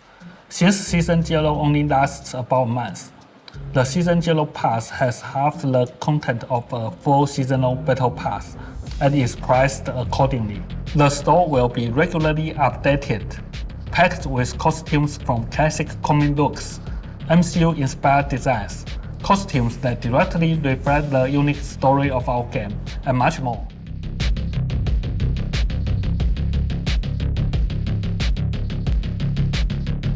Gonna be like a play of the game highlight. One final note, we know we have Marvel Rivals fans from all over the world, and we are committed to making the best gaming experience possible to cover all our players. We've committed to maintain 60 server tick rate, and also expanded our server regions to ensure everyone has a smooth gaming experience. With our new server node selection feature, you can choose a single or group of servers best for you, optimizing for lower ping and faster matchmaking. We are almost done with these details, so be sure to check casuals out care our about for sure. server node. Is that? I said that's what casuals care about for sure. Making sure that there's ranked based matchmaking system on Jump with low ping, so that everybody has the same online. Like, get out of here! Man. Get out of here! I think that might be a nail in the. That might be a nail in the coffin for that whole, because I'm getting rubber band back and forth about don't take this too seriously. It's going to be a lot of fun, but competitive. But then we're focused on being super serious and competitive. Like you'd only care about that low ping rate if you're, you know, being highly competitive. Just And I just guess- lean into it. There's going to be a point where you need it to be playable, of course. I mean, back in the day when we were playing Halo 2 on our Xboxes, like, you know, there's a point where like you couldn't do the things you wanted to do if the host had bad internet. So of course you want to play the game. You need good internet. You need good servers to do that. But like guaranteeing 60 ping is also kind of saying like, yeah, we're really serious about this being competitive. This is going to be on console too, right? Yes. Steam and console. I think Great experience for console gaming. Great experience for console gaming. This is going to be a fucking banger for console. It's like, and for everybody out there who plays Overwatch currently right now on PC, it's literally going to be the difference of you talking to your Overwatch buddies that play on console. Like they just play a different game. Like it's going to be a great experience on console, man. Good for them. Good for them. it might be the preferred way to play on PlayStation or Xbox. I don't know if it's going to touch the Switch. I don't even know if you want to play something like this on the Switch. Oh, yeah, it'll be on Switch. Go after that little yeah. kid money, bro. They're predatory as hell. They're immediately, they literally trying to chime you up to be like, yo, we understand everybody's kind of pissed off at monetization, but like, hear me out. The first one we did, it's like half price. Like, come on. Like, we priced it accordingly. Like, eat shit, dude. Eat shit. No disrespect to that. It just means they're going to get more money sooner. That's all it is. But yeah, I'm saying not ideal on the Switch because it's probably going to melt that thing. All the graphic necessities can't keep up on the Switch, but we'll see how that goes. We'll see how that plays, etc. I'm surprised they haven't talked about, maybe they will later or in a different video. What is it? PC pool or like a console pool? Are they just going to have mouse and keyboard go head to head against console players? I don't think they should. I don't think they would. Casual game. No. Like, cut the cap. Like, it's a casual game. Everybody gets to get fried the exact same. Like, that's it. Like, no jokes. Just let it be a casual game. And if people are like, I'm facing too good of people, play a little bit more. Your rank is going to go down and it'll be great. You can start climbing again. Like, I don't know. I don't know. I do feel like this is going to be the fun part of it, right? Like, we get to experience it all firsthand, see how it, plays out with the community, how the hype is overhyping it, underhyping, or just right. We'll see how that goes. But let's see what Guangguang has to say for the rest of this video. Side Longqing. Additionally, we are also very happy to announce full voiceovers in English, Chinese, and Japanese, along with text support in 16 languages on release. We can't wait for you to join us in the world of Marvel Rivals. Okay.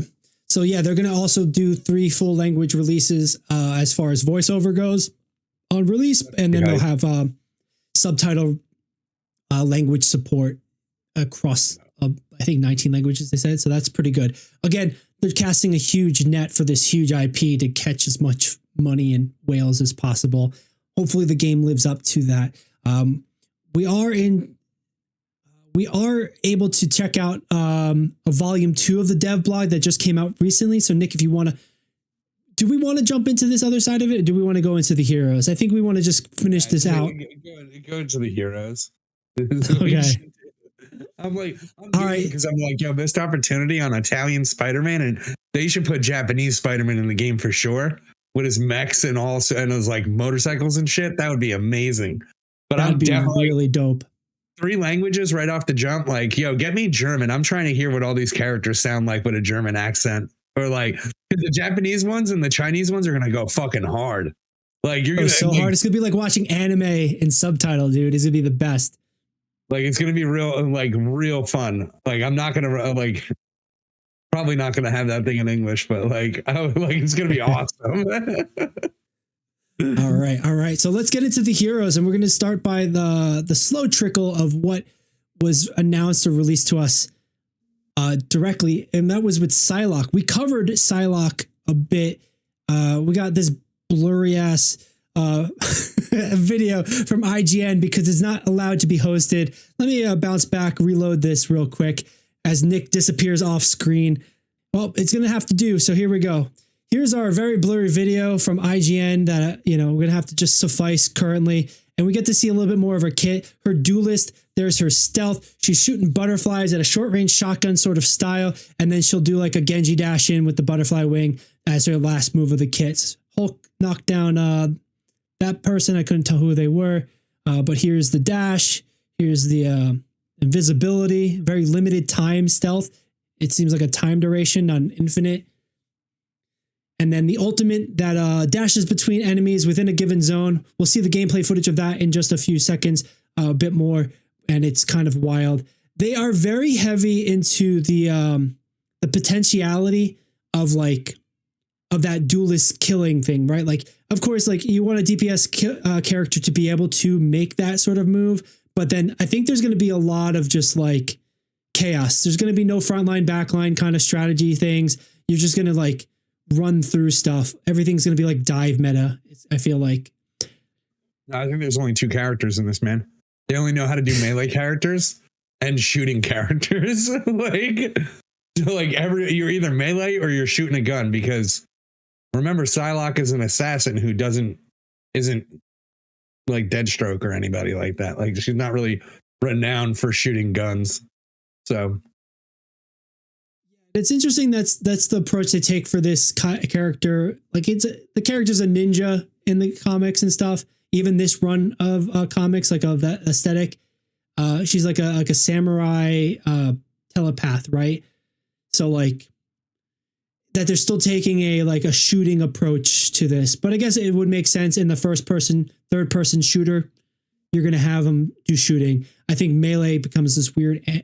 I don't think we need to stick on this one very long. I want to try to find the ultimate real quick, so we can take a look. I think that was it. Yeah. Okay. So she's going to pop her ultimate in a second. And then she's just going to do the big dash around. And like, is she going to be hittable? Like, that's kind of crazy looking, right? no, it's probably got invincibility frames on it. Yeah. Like after it happens, like you can probably stun her in the beginning of it. But after that, it's just like invincibility frames. But here's the ult again. Raccoon and Jeff. Hulk tries to peel, but I don't think peeling is going to be able to be a thing in this game, and these are the reasons. I do feel like this is still like beta footage because the aim doesn't feel smooth. But that's Psylocke as first kit with something we talked about a bit ago. We're kind of taking it back. The next we're going to go into is going to be Mr. Moon Knight here. So let's roll into that.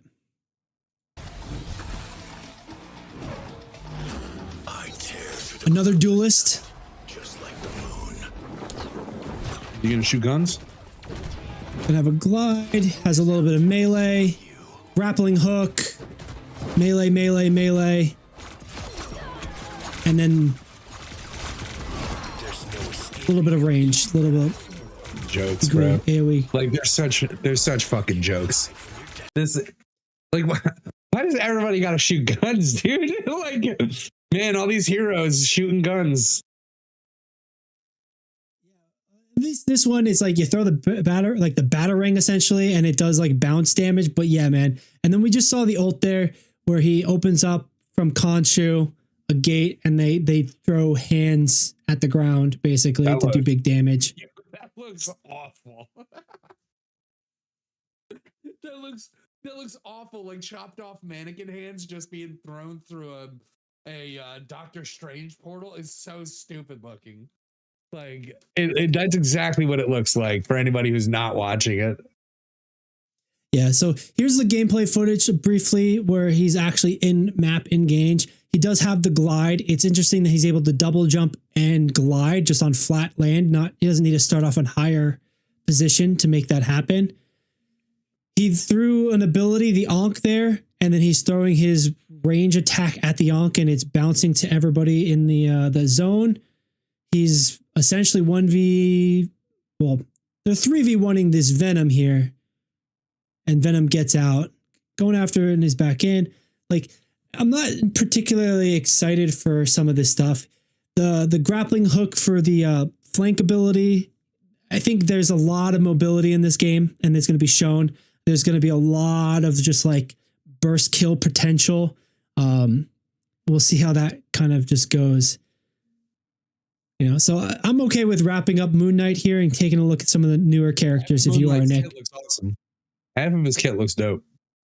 Yeah, that's all I gotta say. It does seem and feel like, yeah, it does seem and feel like there's like a conflict of identities in this game for heroes, for philosophies, for gameplay loops, perhaps. You know, so we'll see how that goes. Moving into Hawkeye. Here we are. Hawkeye is going to... All right, let me bring that down. Hawkeye is going to look quite familiar as well. I can't miss.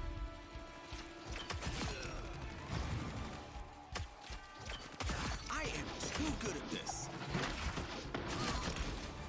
Please give me a challenge. Can't hide from this one. Can't let the arrows do all the work. Here we are again. You holding up okay? So I want to stop us there, Nick, because just looking at the kit really quickly, he's Hanzo, right? He's got the bow tension. He's shooting slower. He does bigger damage when he does hit. This is also where I feel like the aim reticle has smoothed out, but I don't know if it's just like for show in this marketing video. And then what is it? His ability here. He has like a knockback. He has a leap. And then, yeah, man, like a deflect or something so he can like deflect projectiles. Here's the deflect. It's a parry. That's what I would assume to call it. Yeah. But also like, I'm assuming like, I don't know. His costume looks terrible. His overall design looks terrible. Sure, he should like nothing unique about what Hawkeye does for the most part. He's a little bit like he does like trick shots, right? Like that's his like whole thing of like his arrows doing like different things, becoming huge, maybe blocking off an area, making, I don't know. But this like just feels like a generic Hanzo ripoff, right? Like an archer. Giving the one parry. Yeah, it looks like a deflect or a parry. Yeah. You might hold it down. Honestly, that might be the most valuable thing of his kit for how like divey this game had felt in the beta. His ultimate, I'm not sure, it's just creating like slowdown images of the targeted heroes so he can like hit them a little bit better. But yeah, he's going to be strong for sure. But I'm not sure it completely fits into the identity. And how could you really do like the trick shot stuff or like the specialty arrows, ice wall or something? Like, I guess you could, but yeah. So pretty straightforward archer guy, basically here for Hawkeye. New character. Just wrapping up the final like viewpoint here. Yeah. Have fun playing him in the bullet hell game. That's where I think the deflect might be his strongest ability, man. Knocking people away and deflecting projectile. Look, like Winter Soldier can't even like hit him because of it. It's got a 15-second cooldown. Okay. Crazy. Yeah, that's pretty nuts. So yeah, use it once and he's dead. Like it's you just two-man him real quick. Yeah, panic bait it. Spider-Man in, Spider-Man out. All right. Moving into our next hero, Squirrel Girl, next in line of announcing. This one is also going to feel a little bit familiar, but not directly. So here we go. Eat nuts and kick butts. Got him, Tippy! Hey, check out this big acorn!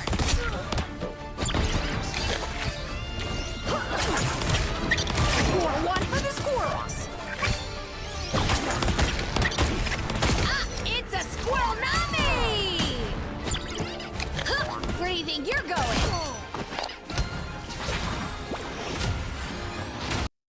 So real quick here, I want to touch back and like just take a look at her kit. Honestly, it feels a little like Sigma's primary, but it has a little bit of a fall off. It's a slingshot. It bounces off walls and it does like an explosion, like cleave damage on impact here. You can see how she hits Groot and Rocket around Groot's wall and does some damage. She takes a big acorn throws it at heroes. It stuns them, roots them. It looks like there roots Spider-Man. And then yeah, same to Venom here on that ability, roots them and is able to just like destroy them. So she's going to be like a counter dive, probably pretty strong in that sort of fashion. And then I think finally her ult's going to come up in a second here. She calls a stampede of squirrels. So if you're familiar with her from the comics or sort of the cartoon, it's pretty on brand. You know, this feels really accurate in this as far as aesthetic design, and then just like the kit design, which we couldn't really say the same about Hawkeye. Again, that was like anime Hawkeye for sure, but here we are, Duelist Squirrel Girl. I am a bit surprised she's not a utility healer as well, because some other games have chosen to go that path, man. What are your thoughts here? Are you familiar with the Squirrel Girl IP and comic line, and how do you feel like her kit performs Just in this? just barely. She seems fine. She seems like, you know, aesthetic was nailed for the most part. Like, yeah, everything that I know from like the comic books, like it's whatever. Like it doesn't seem to out of this like world. She's kind of like a joke character, right? Like, yeah. I think in one built the comic Marvel universe, right? Yeah, one comic she beats Thanos with the Infinity Gauntlet, right? Like, so like it is kind of a joke thing, but like she is like, you know, a strong character overall.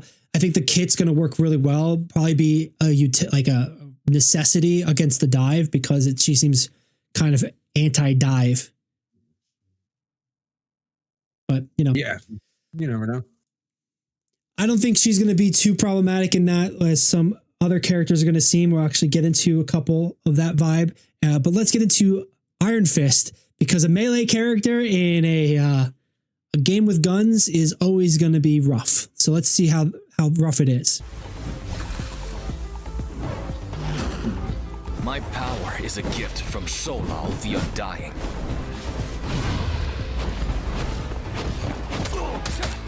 Struck down by living chi.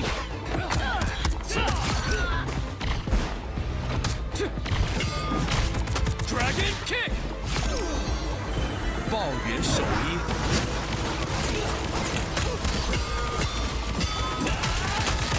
Perfect hit. The dragon unleashed. Qi Guan Changhong. My fist is unrivaled. All right, Nick, what do you think? They should have never released that champion. Delete that. They shit. haven't. That looks They haven't yet. disgusting. That actually that's piss poor of an IP, like wasted potential for an IP. Like that was crazy. I think that might looks have been like really the worst wonky. thing. It absolutely looks really wonky. It just looks out of place. True. Yeah. Like I'm they with you on that one. stole the code from Jade Empire and put it into this game. Like that's it's fucking gross. And they've got a bargain bin Titanfall wall ride here. So wall running in, then just like meleeing that, like basically oblivious. This is going to be a nightmare character for people to play against, though, because it's just about dodging hits. There, parry, and then he's got a self heal here. So it seems like he's going to have like multiple jumps. He's got a self heal. He's got a parry defense that goes on a 15-second cooldown. And then I would hope he has some sort of gap closer, but it's going to be painful. This ultimates are ultimates, but that seems like nuts, where he's just like 1v6ing a bunch of people. Maybe it's staged on purpose, but like, yeah, dude, he's just like cleaning house there.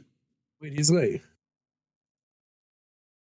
I don't know. He's looking very interesting. Definitely wonky. It's going to be one I'm probably going to put my get some gameplay hands on. This duel where he knocks Magneto off the edge and then heals. He's going to be a backline menace and just have to stay, up close to just do anything. So like he's just going to be like a noob stomper hero for sure. Yeah. All right. It's like so gross, dude. It looks so good. Pretty cut and dry. Let's get into our last hero that was announced so far. We've got one more that has not been announced, so we will not cover it today. But Black Widow, Super Spy, Sniper, Nick, is the title of this video. Widow standing by. Target neutralized. The Widow's bite is lethal. Hit them till they don't get up.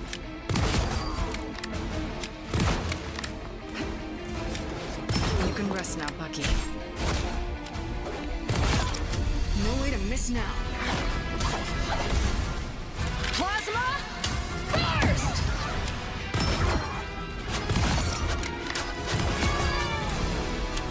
Widow style. All right, man. What do you think? Cool. It feels very on the nose that this is like Widowmaker, Black Widow. Sniper character, I wouldn't have think Widow would be the sniper, but I guess assassin, you get that. She has a knockback. She has like a stun as well. And then she's just like, this is where I got to admit, Nick, my complaint about the reticle looking like a marionette puppet bouncing around. This reticle looks a lot smoother. The aim looks less bouncy, a lot smoother, a lot in game. So maybe this was like a later version. Maybe it's just show again. But yeah, I'm kind of mixed. I think, everything seems broken and stupid. So big hands in the air, Jackie Chan meme. What's going on? The characters aren't moving. Like every character she's shooting isn't moving in this game. It's like they're not playing the game. This character sucks on release, guaranteed. Like you need to be able to quick scope like a madman. Like she's probably going to be running around like as if it was a shotgun on release. Like probably just like really just running around and just like shooting people point blank. Sure, of course, like that, any sort of game is going to have a learning curve. That's, good bet to make. Do you think that potentiality of how also, no charge is just straight up. That's what I'm saying. It's just a quick scope. It's just like she just, you're running out. Whoop. Take that. Yeah, in that potentiality of it, do you feel like eventually when people get used to it, they're just going to be popping heads? Because the chaos of this game, it seems like a sniper character like this could just like, you be oblivious and then just dead. And then you can't retake a point because, you can't push them. No. Widowmaker's not always good. Like in general. And Overwatch is already like, go ahead. Sorry, go ahead. I was going to say there's times where like, not times, but like a good Widow can and will run a lot of lobbies. And the only way to counter that is another good Widow in Overwatch. So if you have the same sort of philosophy happen with Black Widow, is Hanzo going to be able to counter it? Is the Hawkeye going to counter that sniper? Or is it going to have to be, you have to mirror match it and then just the dominant one still dominates? So not really, right? Like she's got like the zoom and stuff like that. There's in Overwatch, you just have a different perspective with the things, right? So like if you're approaching an area, right, you're going to be able to see the shots come from top left. You know what I mean? Like you're not going to be confined to your little screen. So I think that's like one thing that like think about when it comes to like this game. They're not going to be like, it's going to be a lot harder to hide as a sniper when there's so much more stuff that you can see. But, I think this is just going to turn into a bullet hell game where like two meat sticks are like trying to throw hands while running at each other while everybody else is just shooting off pistols, like until ultimates. Like, so. Too long. Marvel Rivals comes out on December 6th, which isn't too far from today, December 3rd. It's going to be an interesting launch. Some people are looking forward to it. Some are a little bit more hesitant or skeptical. Which are you? Let us know in the chat. Let us know in the comments. Let us know on our social media at the Esports Meta, wherever you are for social media. Thanks for watching. If you're still watching along, thanks for sticking with us. You can pick up Marvel Rivals on Steam, PlayStation, or Xbox. I wouldn't suggest Switch, but you probably could anyway. And that should be coming out in just a few days. Let us know your thoughts and opinions if you got a chance to play it so far, if this is after it came out, or if you're looking forward to it. But for now, we got to move on because we're catching up on so many different things. We've got one more major topic to catch up on, and that's going to be with League of Legends. The 2024 finals has completed. Worlds has finished. We've crowned a champion, but we're looking forward to the 2025 season. What is that going to mean? What is that going to be? Nick, you're the one who kind of brought this to my attention, and I've been more of the learner and the viewer of this. So, as we jump into this topic, I've got a video straight from the devs about season 1 reveal, gameplay preview, and rank resets we can hop into and discuss, or you want to kind of TLDR us really quick as we, prime and get ready. But we can, I can just TLDR it real quick because it's not like there's a lot of better people who did a nice breakdown. They also have a really good video in general. I don't like Paul's mannerisms. He's an awesome guy. He seems real chill, but the way that he moves his body, really, really bothers me. It might be a PR thing too, where marketing or PR is telling them what to do. But I don't know. He seems very condescending in the happiest way. Things that you can't really be condescending about. He's we're gonna have a lot of changes in the new season, but the way he says it is he's saying it at me. Anyway, doesn't matter. So what are the changes? What is happening? So LCS is gone. The LTA is here, right? We have LTA North, LTA South, right? Are those? Hold on. LCS, just acronyms for the uninitiated. LCS is the League Champion Series. Yeah, so it's the League of Legends Championship series. Okay. Right? That was North America. It was called the NA LCS. If you want to talk about it. So basically, they're just adding 10 more teams. Where we thought that they'd be reducing the teams, they added more teams from South America to make 2 separate conferences, North and South, both made up of 10 teams. The big highlights for these ones is that there's going to be a promotional team, right?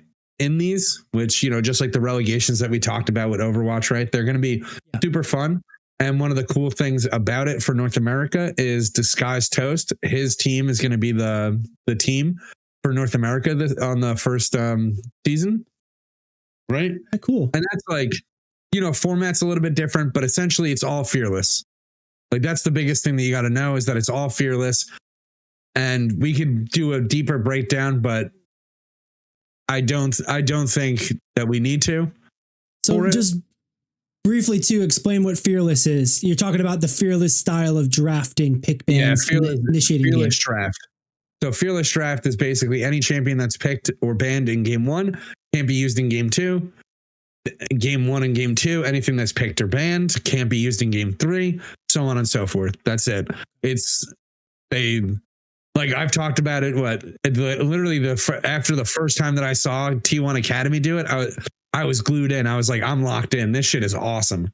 It's too good not to use. And then boom, got my wish. I know exactly how to fix all these games. Wizards, hit me up. And so they have that, they have their little season for that, right? The only thing to know is that basically there's going to be North American split for North America, and the South America is going to do the first split by themselves. It's just all local. They're going to get the power rankings of who's the best here, who's the best there, and then we're going to have a North America, a LTA championship to see who the best team in our conference is.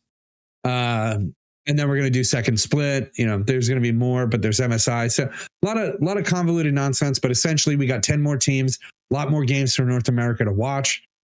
If you're into it, otherwise you got a lot more highlights if you can't watch that many games, because it does seem like a lot, and I already watch a lot, so who knows? And that's pretty much what everybody should really take from that is, there's 10 more teams, 2 different conferences, and Fearless is going to be a huge part of 2025. What else? And then we So have actually- our preseason changes and stuff. Hold on Go ahead. on that note, really quick too. A big takeaway is that we're going to see teams play different teams in North America. We had the 7 or 8 teams play the same 7 or 8 teams for like 6 months, so you kind of knew how that would go.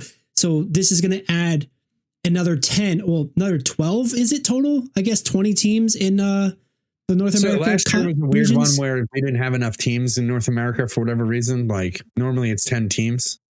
Okay. I don't know what was going on with that nonsense. Like I didn't even want to look into it. I was just like, I'm tapped out of this. This is stupid. Like literally wasn't worth the brain power to even go research it. Right, so that just means like now this year we're going to have games played against different teams. So it's not the same matches over and over again. You're going to have essentially 20 teams able to play each other fairly regularly. So it's not like, okay, yeah, we're, rock beats paper, scissors again, right? Kinda, not really. Like the best teams from the north and from the south will be playing against each other. That's where like you're gonna get more of that stuff. But there's like a good chance, like if we went into it, there's a good chance that like the best team in North America that just claps cheeks all year just plays like 11 games or 11 matches or something like that. So it's a little convoluted, but it seems like it's going better for the viewer. If you want to watch it, check it out. Fearless is going to be there. Every single split will be different.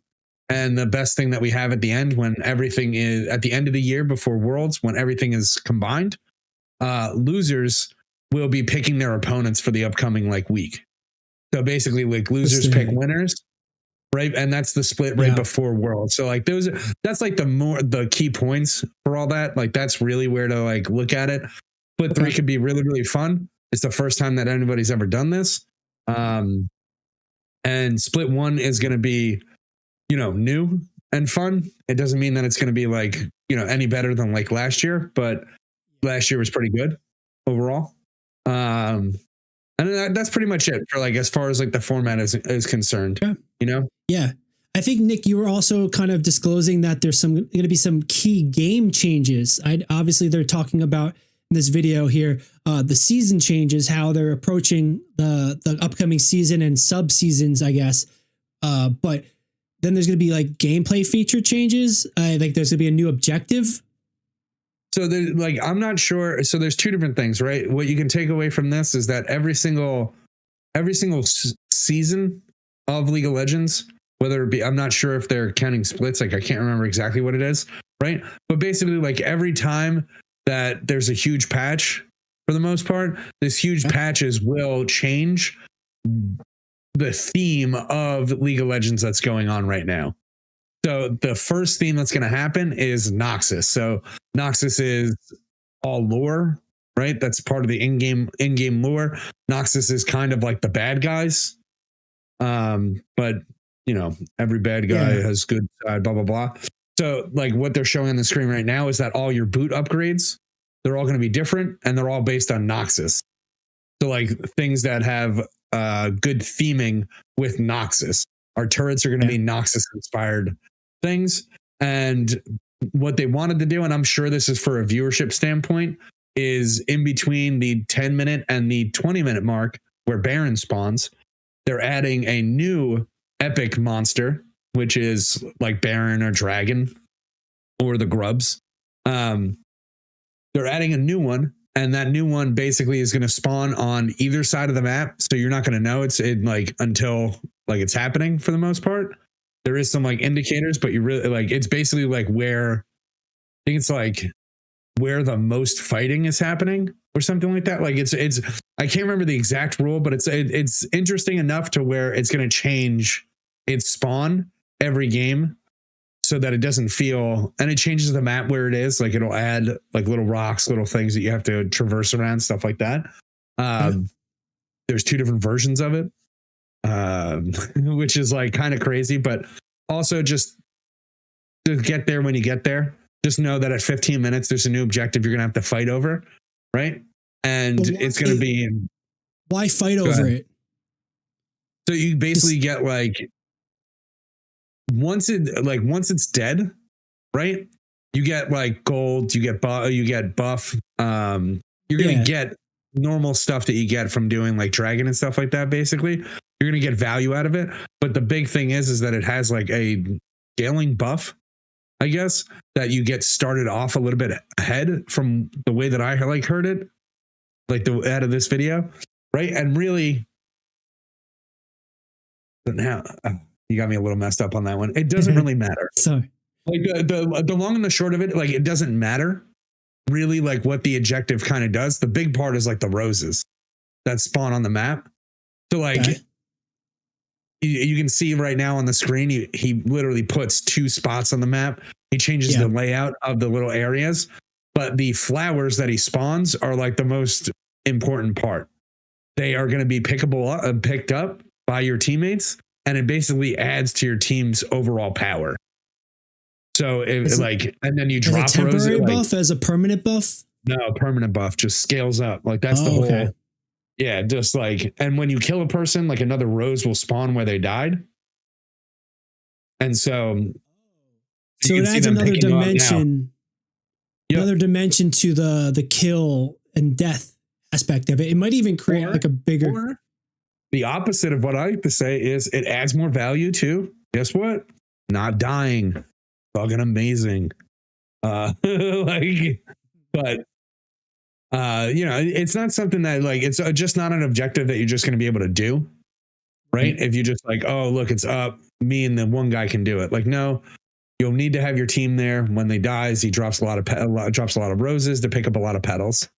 Right. Like that's really like the petals are the big thing. It adds to your team's scaling damage, which is crazy. If you think about it, when there's already like Infernal Dragon, which already scales up your damage, you know? So it'd be fun. Sounds It'd be fun. Nice pretty changes. impactful. That sounds pretty impactful overall. We'll see how that plays out. This is going to be the first time it's going to be seen in game, right? Yeah, no, like basically the first time that this character was ever shown was in Legend of Runeterra, which is like their card game. So he's a card game character. So that's pretty much it. There's like a little bit more with like preseason new items and stuff like that, but that's essentially patch notes. That's not really like a big change where they're like, oh, we're adding new items. No, like they add new items in all the time. They take other items away. They change certain items. Not really a meaningful change. It's really just the new epic monster, the new format, and then the petals. And then we get a And it seems like they have an article, a TLDR article here, some costume change preview game. Victor. Yeah. Victor update art backstory.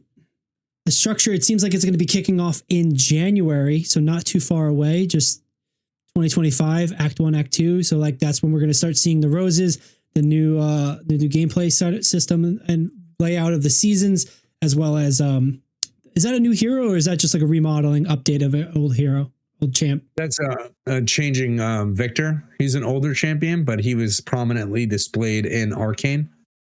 So he's getting the visual game update. Yeah.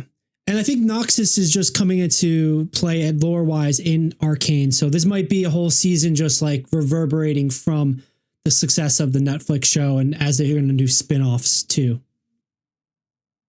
Yeah.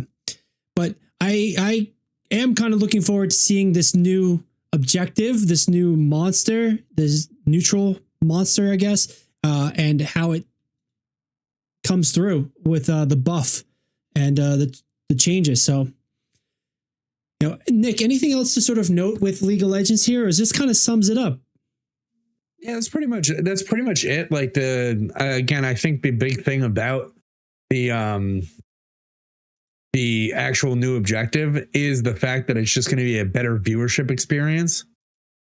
Like it's going to just feel like the game itself is being played all the time, instead of like the lulls of, you know, oh, well, you know, for the next 5 minutes, we're going to be pushing it back and like farming, like, you know, because we don't scale up until like 20 minutes. It's also going to change the way like a couple of the teams probably are going to draft, you know, like we don't want to lose out on this at this time. So like we need something else kind of thing.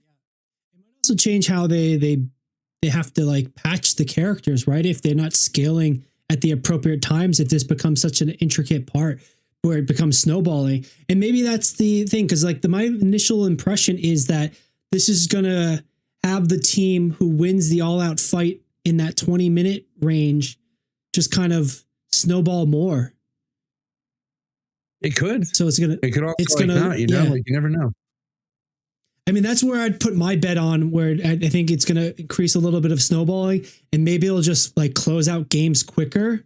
But we'll see how that actually plays out. Maybe it's a better catch-up mechanic if people are able to play around it smart. We'll find out when it comes out. I believe, like I said, it's in January, right? And the last thing is there's going to be a rank update where they're going to reset ranks, which nothing unusual for League or a lot of competitive games, but it, you know, starting the year off in January, they're going to add these new features and reset ranks and get people going. So I'm intrigued to see how it plays out, the strategy behind it. Dude, it's going to be a good time. Like every preseason kind of ends up being like a shit show sometimes, but I think it's always fun. Like, that's just me though. I think even because it just gets wacky. It just needs to like, it's something you could always rein in regardless of like how crazy things get, to be honest. Like try funky things, do some crazy stuff. So honestly, I didn't hear a word you just said because my headset died, but maybe that's just it was all gas, baby. Like all gas, no don't brakes. even- Let's go. Yeah. We're all lit up with jet fuel, especially after being knocked out from all that turkey time. But Nick, I think that kind of wraps us for this episode. We've talked about a ton of different things. We've caught up on a lot. Was there something that we missed that you want to spotlight as we trail off into the sunset here? No, I got nothing that I really wanted to spotlight besides, you know, if you don't know what Fearless Draft is, pucker up, Buttercup. It's gonna be good. Well, that's not happening in ranked though, right? It's only going to be for the competitive professionals. No. Like in ranked, you're only playing once, right? But yeah, you know, it's sick. It's going to be a nice thing for viewers. Like I think this year is going to be an extremely good year for viewers to watch League of Legends. Yeah, it definitely sounds like it. I'm looking forward to it. January is going to be a big month for esports. Overwatch coming back. League of Legends coming back strong with their new formats. We've got Marvel Rivals going to be in full steam ahead. See if that can make some power moves into the ranks there. So stick with us if you are enjoying the content. If you like competitive games too, just hit that follow button. It's free for you guys and it helps us with the algorithm because we have to pray to the algorithm gods just, you know, to make things happen. Get this to more people. Thanks for joining us. If you're still here, thanks for watching. Nick, thanks for being here too, chatting about all the different things and the video game stuff, especially over the last 2 weeks that we've missed. Appreciate it. Appreciate you for watching as well. This has been the Esports Meta, your place for video game news, headlines, and competition. I'm Billy Sims. That's Nicholas Layton. Thanks for joining us, and we will see you next time.